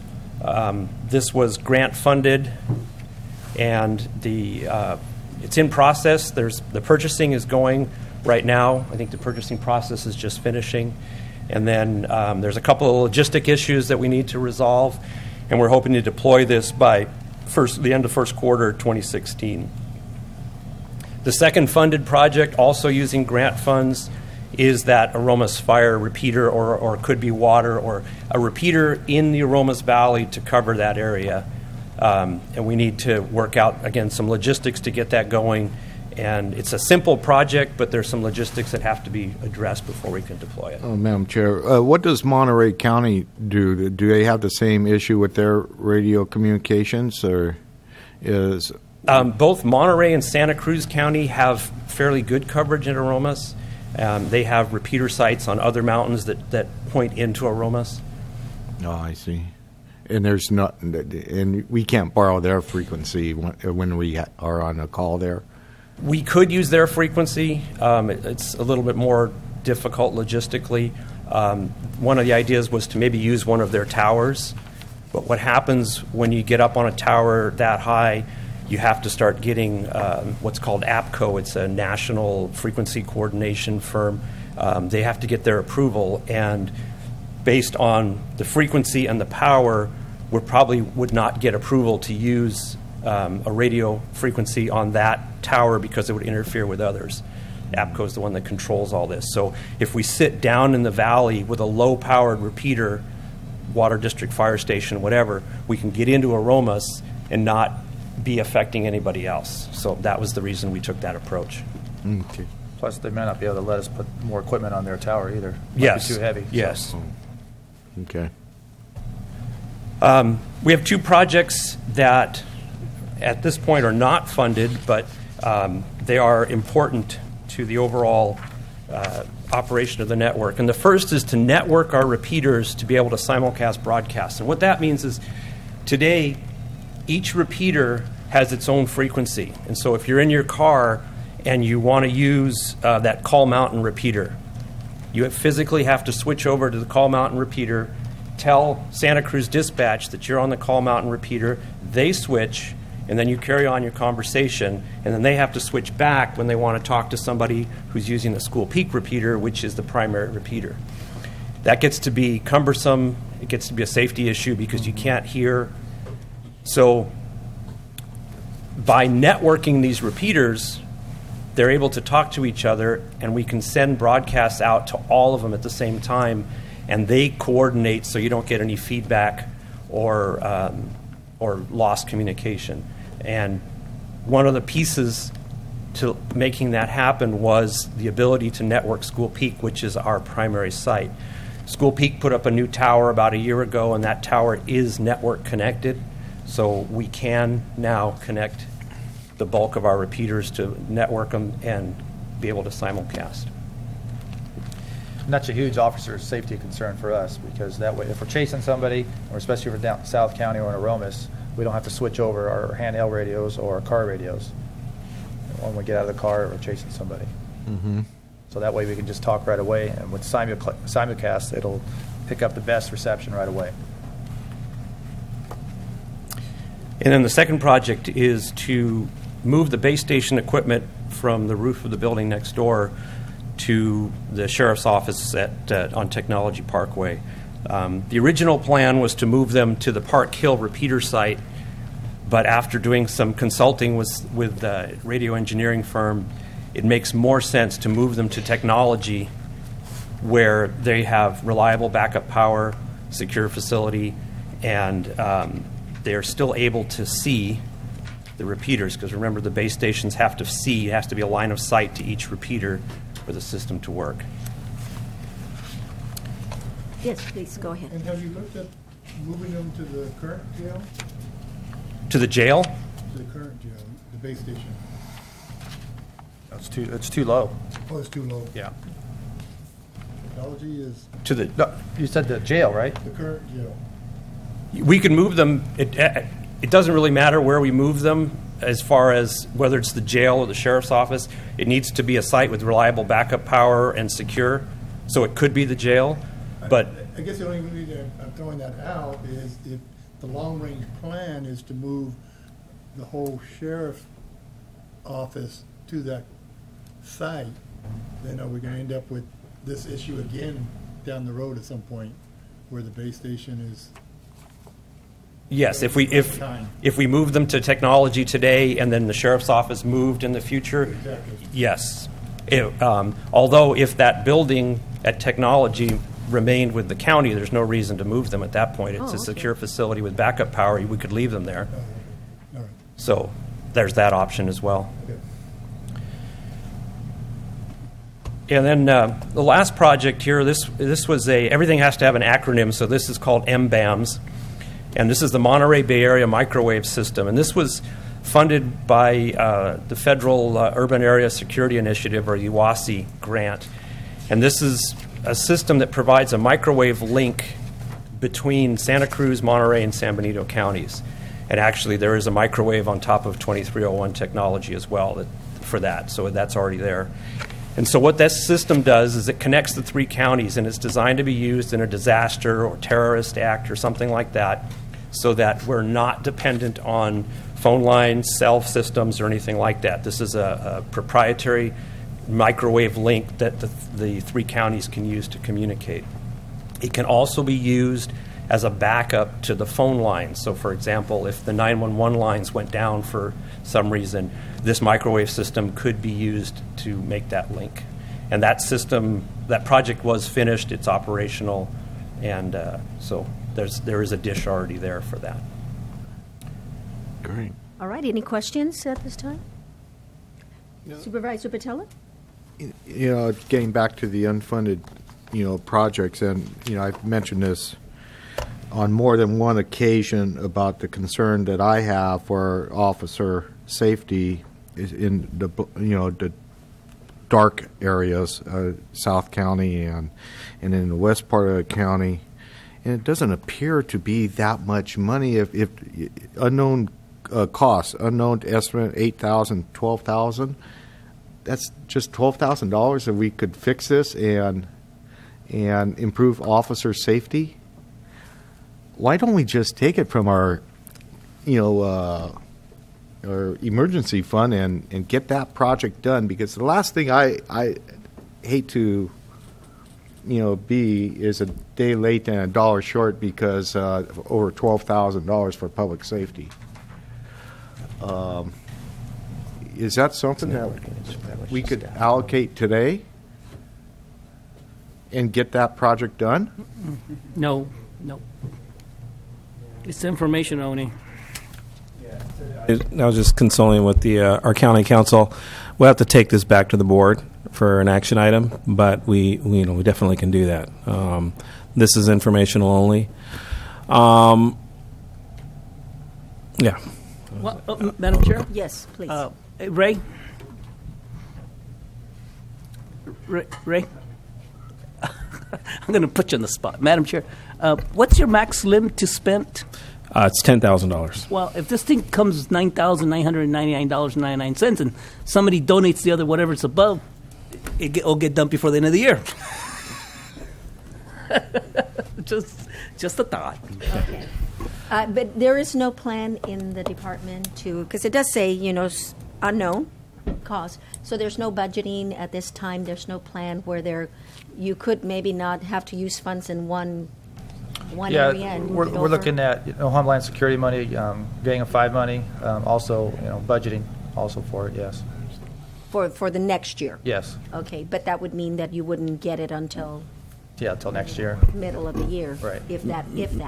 Madam Chair, if I may? Yes, please. So that $12,000 you have there, is that for Aromas area, North County and South County fixes, or just North County fixes? Or Aromas area? It would be Aromas when it's operational, School Peak and Park Hill. It would not be the South County. San Benito Mountain is not networkable right now, the southernmost repeater site. Call Mountain maybe. Cal Fire why would I vote for it? You got my support, Jerry. So it really would be only for the north and west side of the county? It would be for the areas where the bulk of our calls for service are. Okay. Madam Chair, if I may still? Madam Chair, if I may? Yes, please. So what is actually, have you got a quote yet on this particular item? Have not got a quote. Okay, so I would do is, Madam Chair, if I may, we'll go through the process, the normal process. If we need to take it back to the board, if it's over $10,000. If not, we can look at doing something internally if it's under $10,000. Yeah. And we'll still probably come back to your board and update you on what's happening with it. So I guess my question, Madam Chair, and I support Supervisor Patello's, we don't want to wait and knowing that the life of the officers at stake. Have you had an experience in the past that's become an issue because of the radio, the officer's life has been at stake? Yes, it has become an issue several times over the past few years. It's happened to me when I was working patrol as a sergeant and as a deputy. When all of a sudden you have to change. You have to change over on your radio, whether you're down in the Carpinteria, down in the corridors and stuff like that, where the repeater's not hitting it. So yeah, it becomes quite an issue. I've had to make phone calls from people's houses just to call into dispatch and let them know. He shouldn't be doing that. Yeah, he shouldn't be doing that. It's not enough money to bicker over. I mean, not that- just it's go not that get it. surprise, but all. You know, It's not that. Yeah, this is something we'll go through the that process. CAO Espinosa said he will bring it back, and they'll work on getting that, because safety. I mean, for this amount of money, Yeah. really, we shouldn't be waiting to protect officers for. Yeah. And Madam Chair, we're doing the same, Tony and I are doing the same with, South County too. We want to be able to, be able to provide safety down there and radio coverage, so we'll be looking at that also. Okay, very good. Yep. Okay. Any other well, I'll now open it up to the public to see if you have any comments or questions in regards to this item. There being none, I'll bring it back. Yeah, I just really want to reiterate that let's get this done, even if we have to go to our contingency fund. Okay, we've and, given get it direction done. to staff, so we'll see this item come back. Thanks. Thank you, Tony, Captain LaMonica, and Deputy Weir for this presentation. Very informative, and you may just get what you need based on this presentation. Thank you, Madam Chair, Okay. members of the board. Thanks. All right, thank you. All right, we'll move on to the last regular agenda. Well, we do have a public hearing, but let's go ahead and finish this next one up. Number 29. Okay, thank you, Madam Chair. Yeah, this normally would have probably been on consent, but your board had requested staff to come back and give a report out regarding fire and a few things, homelessness as well as fire updates. So what we've done is asked RMA department to come here and actually give you an update with Fire Station 3. And we've also invited the fire chief to be here as well if there's any questions or comments that the board may have. Joe? So, thank you, Ray. I'll kick it off.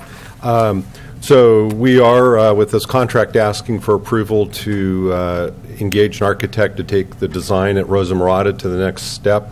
As staff, we've been looking at a location for Fire Station 3. Originally, we were looking at the Flynn Road site adjacent to the jail. But as Go Kids was moving off of Rosa Morada, we put our attentions a little bit further to the east and north, which we thought was a much better location for services, and we've talked to the board about that. We've been through the property with the fire chief and with his predecessor. We've also had the architect do some conceptual assessments of it. We are right now in the process of engaging an engineering firm to do topographic surveys. We want to make sure we know where the flood levels are, kind of the overflows for Rosa Morada, the creek through there comes through, which we think is fine, but we want to make sure we're really knowing everything that's going on. We're doing testing of the wells, or the well on the property, so we really want to be eyes wide open. So today's request is to allow us the next steps for that. Assuming we move forward with that, the architect has done some conceptual design about how to lay out the site, working with the fire chief about how this fits into the overall fire services that are being provided around the county. The concept is to go and use the existing building on the property and to build a new apparatus bay that would accommodate 2 engine or apparatus, but also thinking about future expansions on the property. So this is very much our strategy, is to get in, get operational, and then start adding capabilities and capacity to the property as we need it, rather than building a giant facility and then growing into it. So we're trying to be responsible in how we approach it that direction. So really at this stage is being able to move forward with design work, and so that we can actually start putting a final design together so I can get bid documents put together and to get out on the street and moving towards construction. So this is that next stage of design evolution on the property. With that, the chief, you wanted to add anything?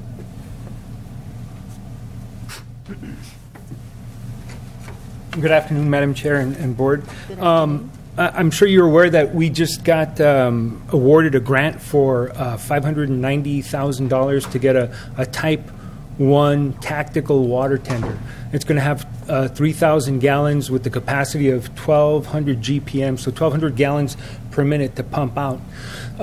in the area that we want to use this, which is going to be the District 3, the Rosa Morada area, because there's not a lot of hydrants out there, and a lot of the hydrants that we do have out there don't have a lot of good pressure, and it comes with the territory of being an agricultural area and an agricultural community.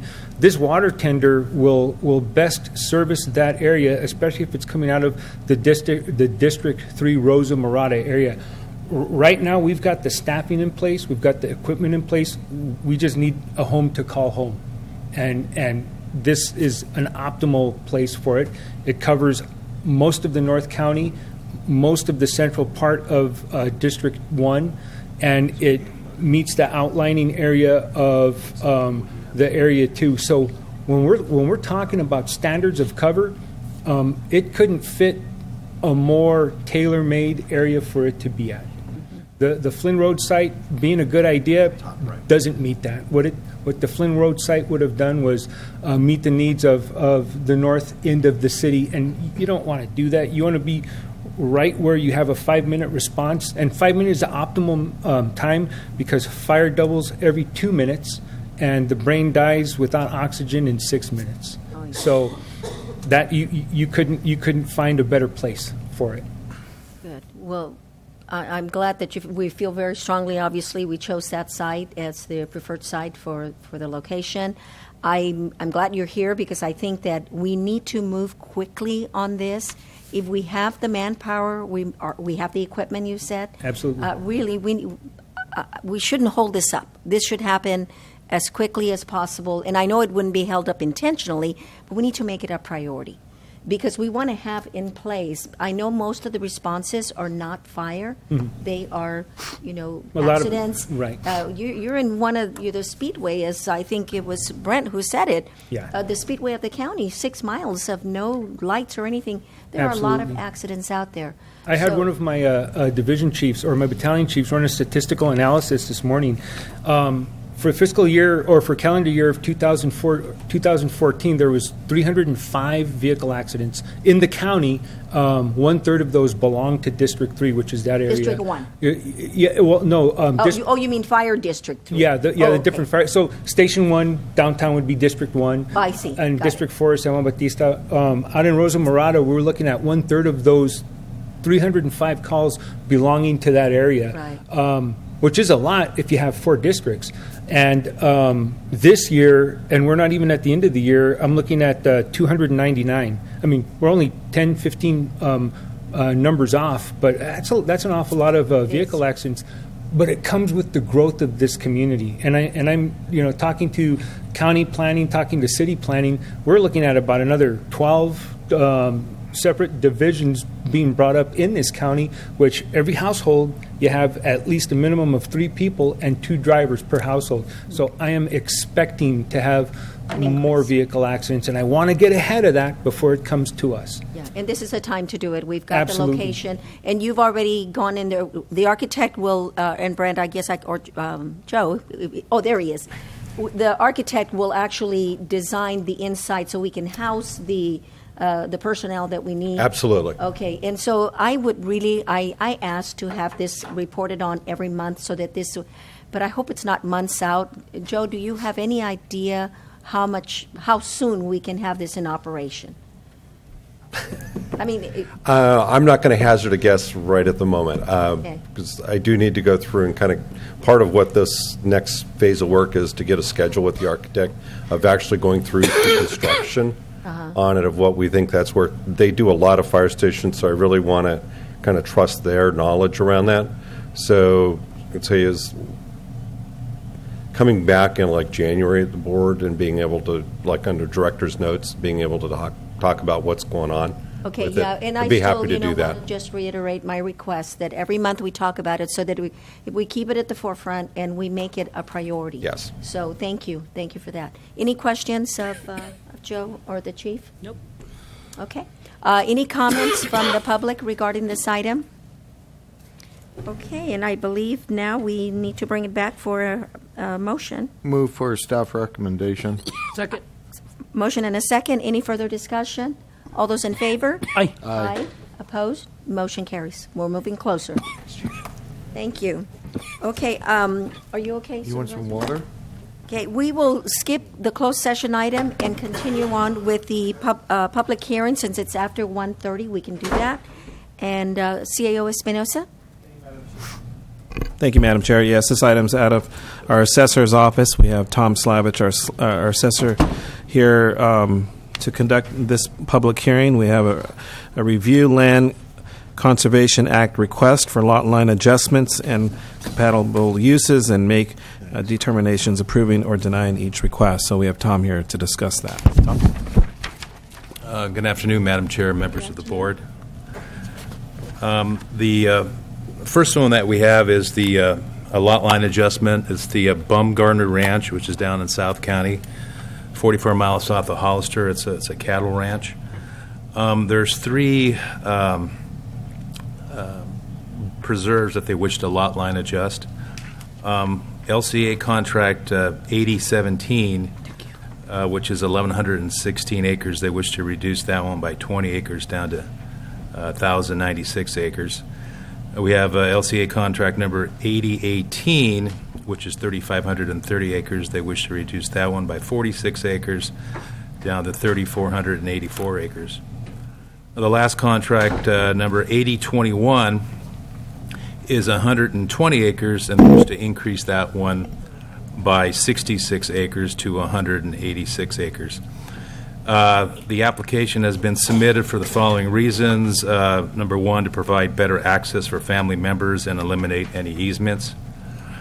Two, to clean up the property boundaries and use Kalinga Road as a dividing line for the properties.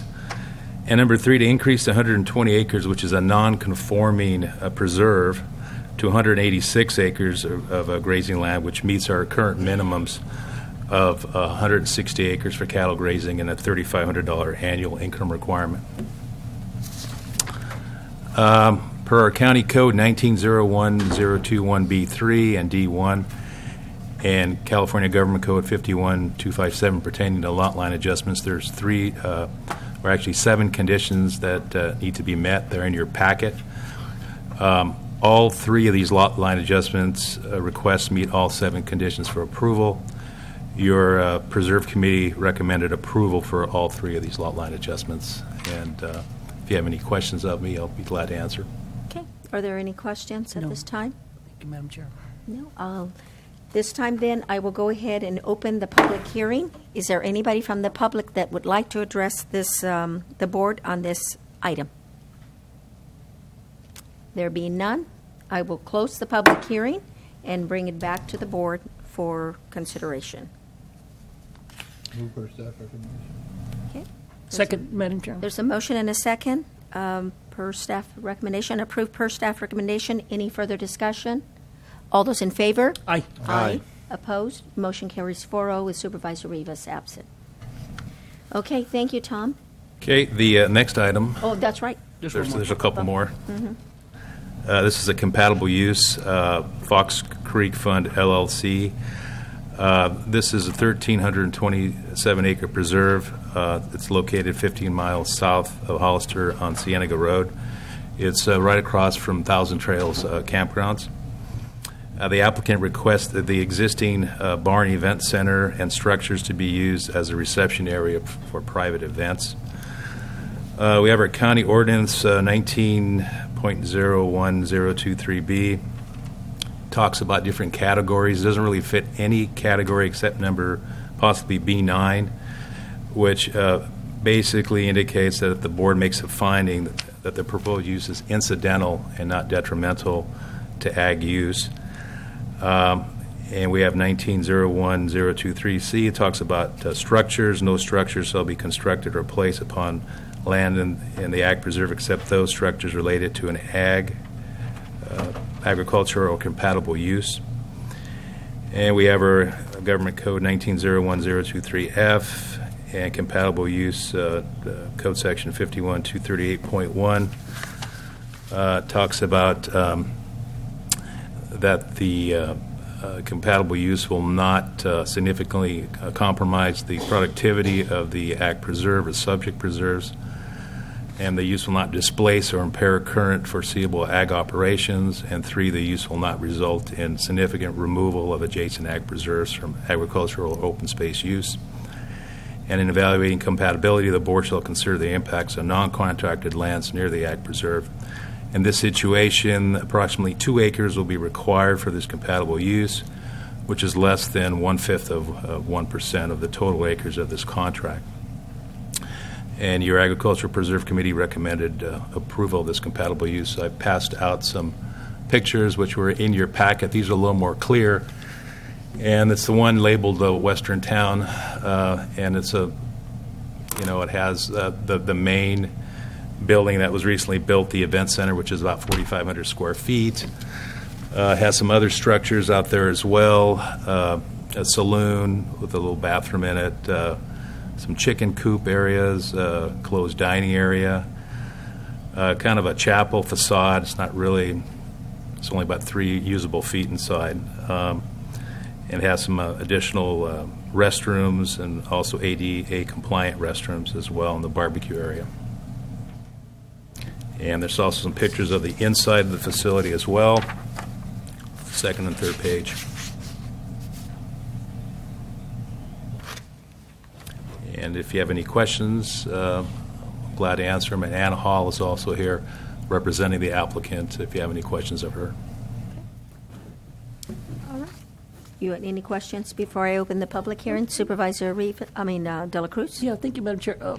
Tom, the fact that it's a moneymaker activity, right, request? Yes, that would be like events held out there and so forth. Now, I know that in the Williams Act, there's like that $3,000 limit kind of stuff. Is that going to have an effect from an income perspective? Well, the ranch will actually be making more money from this compatible use.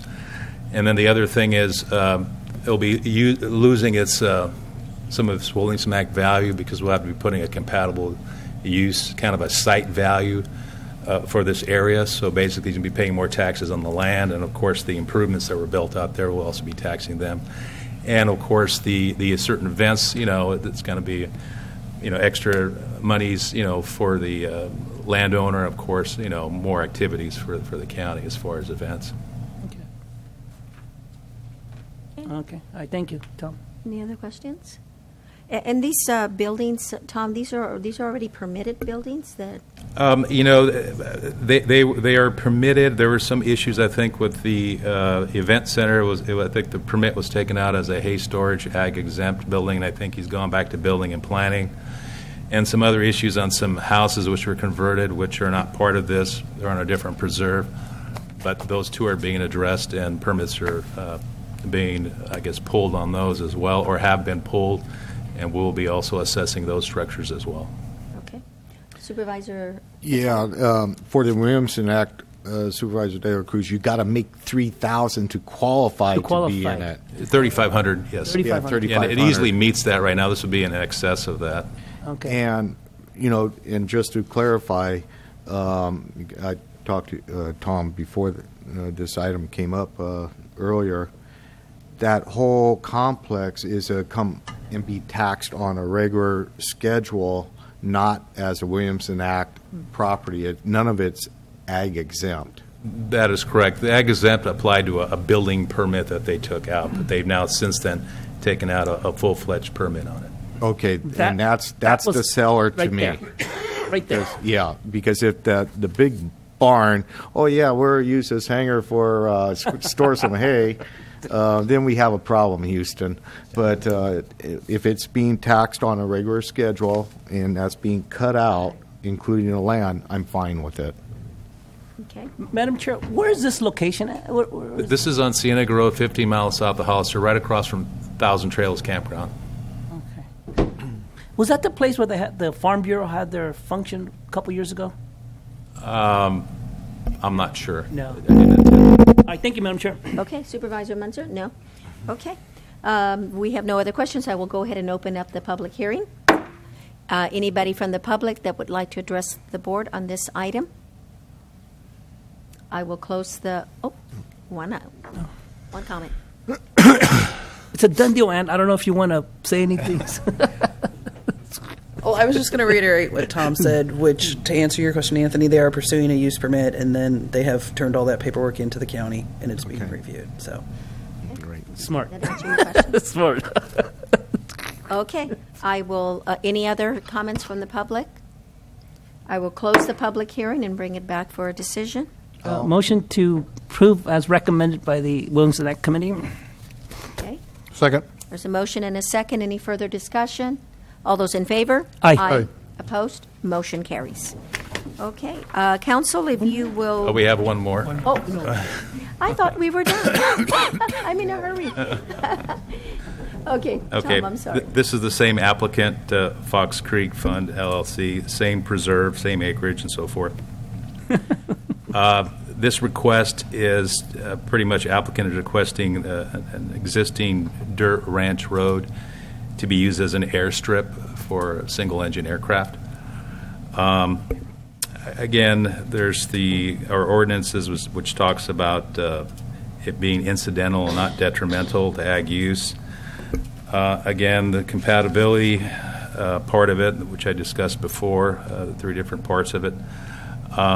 In this situation, there's really no additional acreage needed for the compatible use. It's just basically an existing dirt ranch road. There is a metal building that they built, and that was permitted right next to the airstrip. Your Agriculture Preserve Advisory Committee recommended approval of this compatible use, and I believe I passed that one page out, which shows you the picture of the landing strip and the building next to it, which is about 3,600 square feet. So they're asking for approval of not just the hangar, but the airstrip as Well, not really the hangar, because that's an accessory building. Right. They don't really need approval through the Williamson Act. They just go to building and planning and pull the permit. They're asking to land, small airplanes there. And how does this work with the FAA? I mean, is this something that is already, do we need to, as a county, make sure? There's airstrips throughout the entire county where people land, small aircraft. And the aircraft that his primary aircraft, which is a picture of it there, it's, I think it's an Aerostall aircraft. And that particular aircraft can land, takes only about 100 feet of runway. Any questions, comments? They're not in the marijuana cultivation business, are they? No, I think he's just... It's just a joke. I don't think so. And Tom, when a request is made like this, and I mean, this is, I don't know how far is this one? Well, actually, I told him on this one, I really thought he didn't even need to come before the committee or the board because there's airstrips everywhere throughout the county on ranches. But he felt that he wanted to bring it to. Well, I think it's important for the county to know where these airstrips are in the case of a search, in the case of needing to do emergency landing. So I appreciate. Well, he originally he also went to building and planning, I believe, and got a use permit as well. And Okay. that's what triggered this whole thing. So, Madam Chair, a use permit, he paid all the fees, and it's not a $10 application, you get this permit, right? No, whatever the fees were, I'm not sure what the fees are at building and planning, but yeah, he did apply for a conditional use permit for this airstrip. Okay. All right, I don't see no problem, Madam Chair. Okay, well, let me open up the public hearing for this item. The public hearing is now open. Anybody from the public to address the board on this last item, Tom? Am I right? It is the last item? Last item. Okay, I don't know why I was putting some of them together. There being none, I will close the public hearing and ask for a decision. Move for staff recommendation.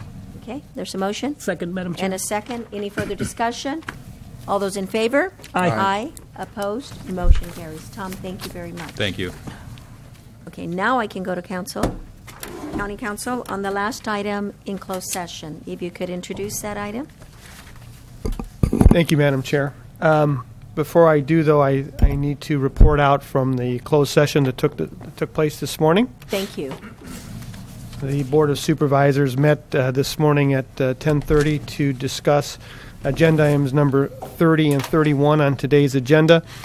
The board, in regards to agenda item number 30, the board met and conferred with legal counsel regarding existing litigation pursuant to subdivision A and D1 of the Government Code under section 54956.9 in the case of the County of San Benito versus Christina M. Martinez et al., filed in the Superior Court of California in the County of San Benito under case number CU-15-00063. At this time, the board took no reportable action. In regards to agenda item number 31, the board met and conferred with legal counsel regarding existing litigation pursuant to subdivision A and D1 of Government Code section 54956.9 in the case of the County of San Benito versus Maximo R. Ornelius and Juanita L. Ornelius et al., Superior Court of filed in the Superior Court of California in the County of San Benito under cause number CU-15-00077. At this time, the board took no reportable action. The board will now adjourn into closed session to discuss agenda item number 32 on today's agenda. The board will meet and confer in closed session with its labor negotiators.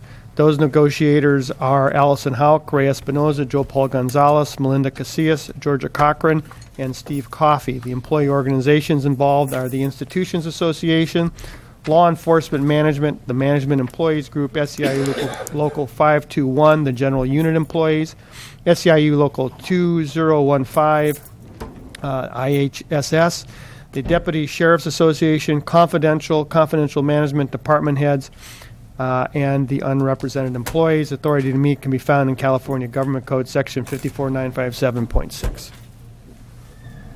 Thank you. We will now adjourn to closed session and report out as soon as we're done. You want to open it up for Oh, public? Yes, I'm sorry. I should not have hit the gavel. Anybody in the public? It doesn't appear that there's none.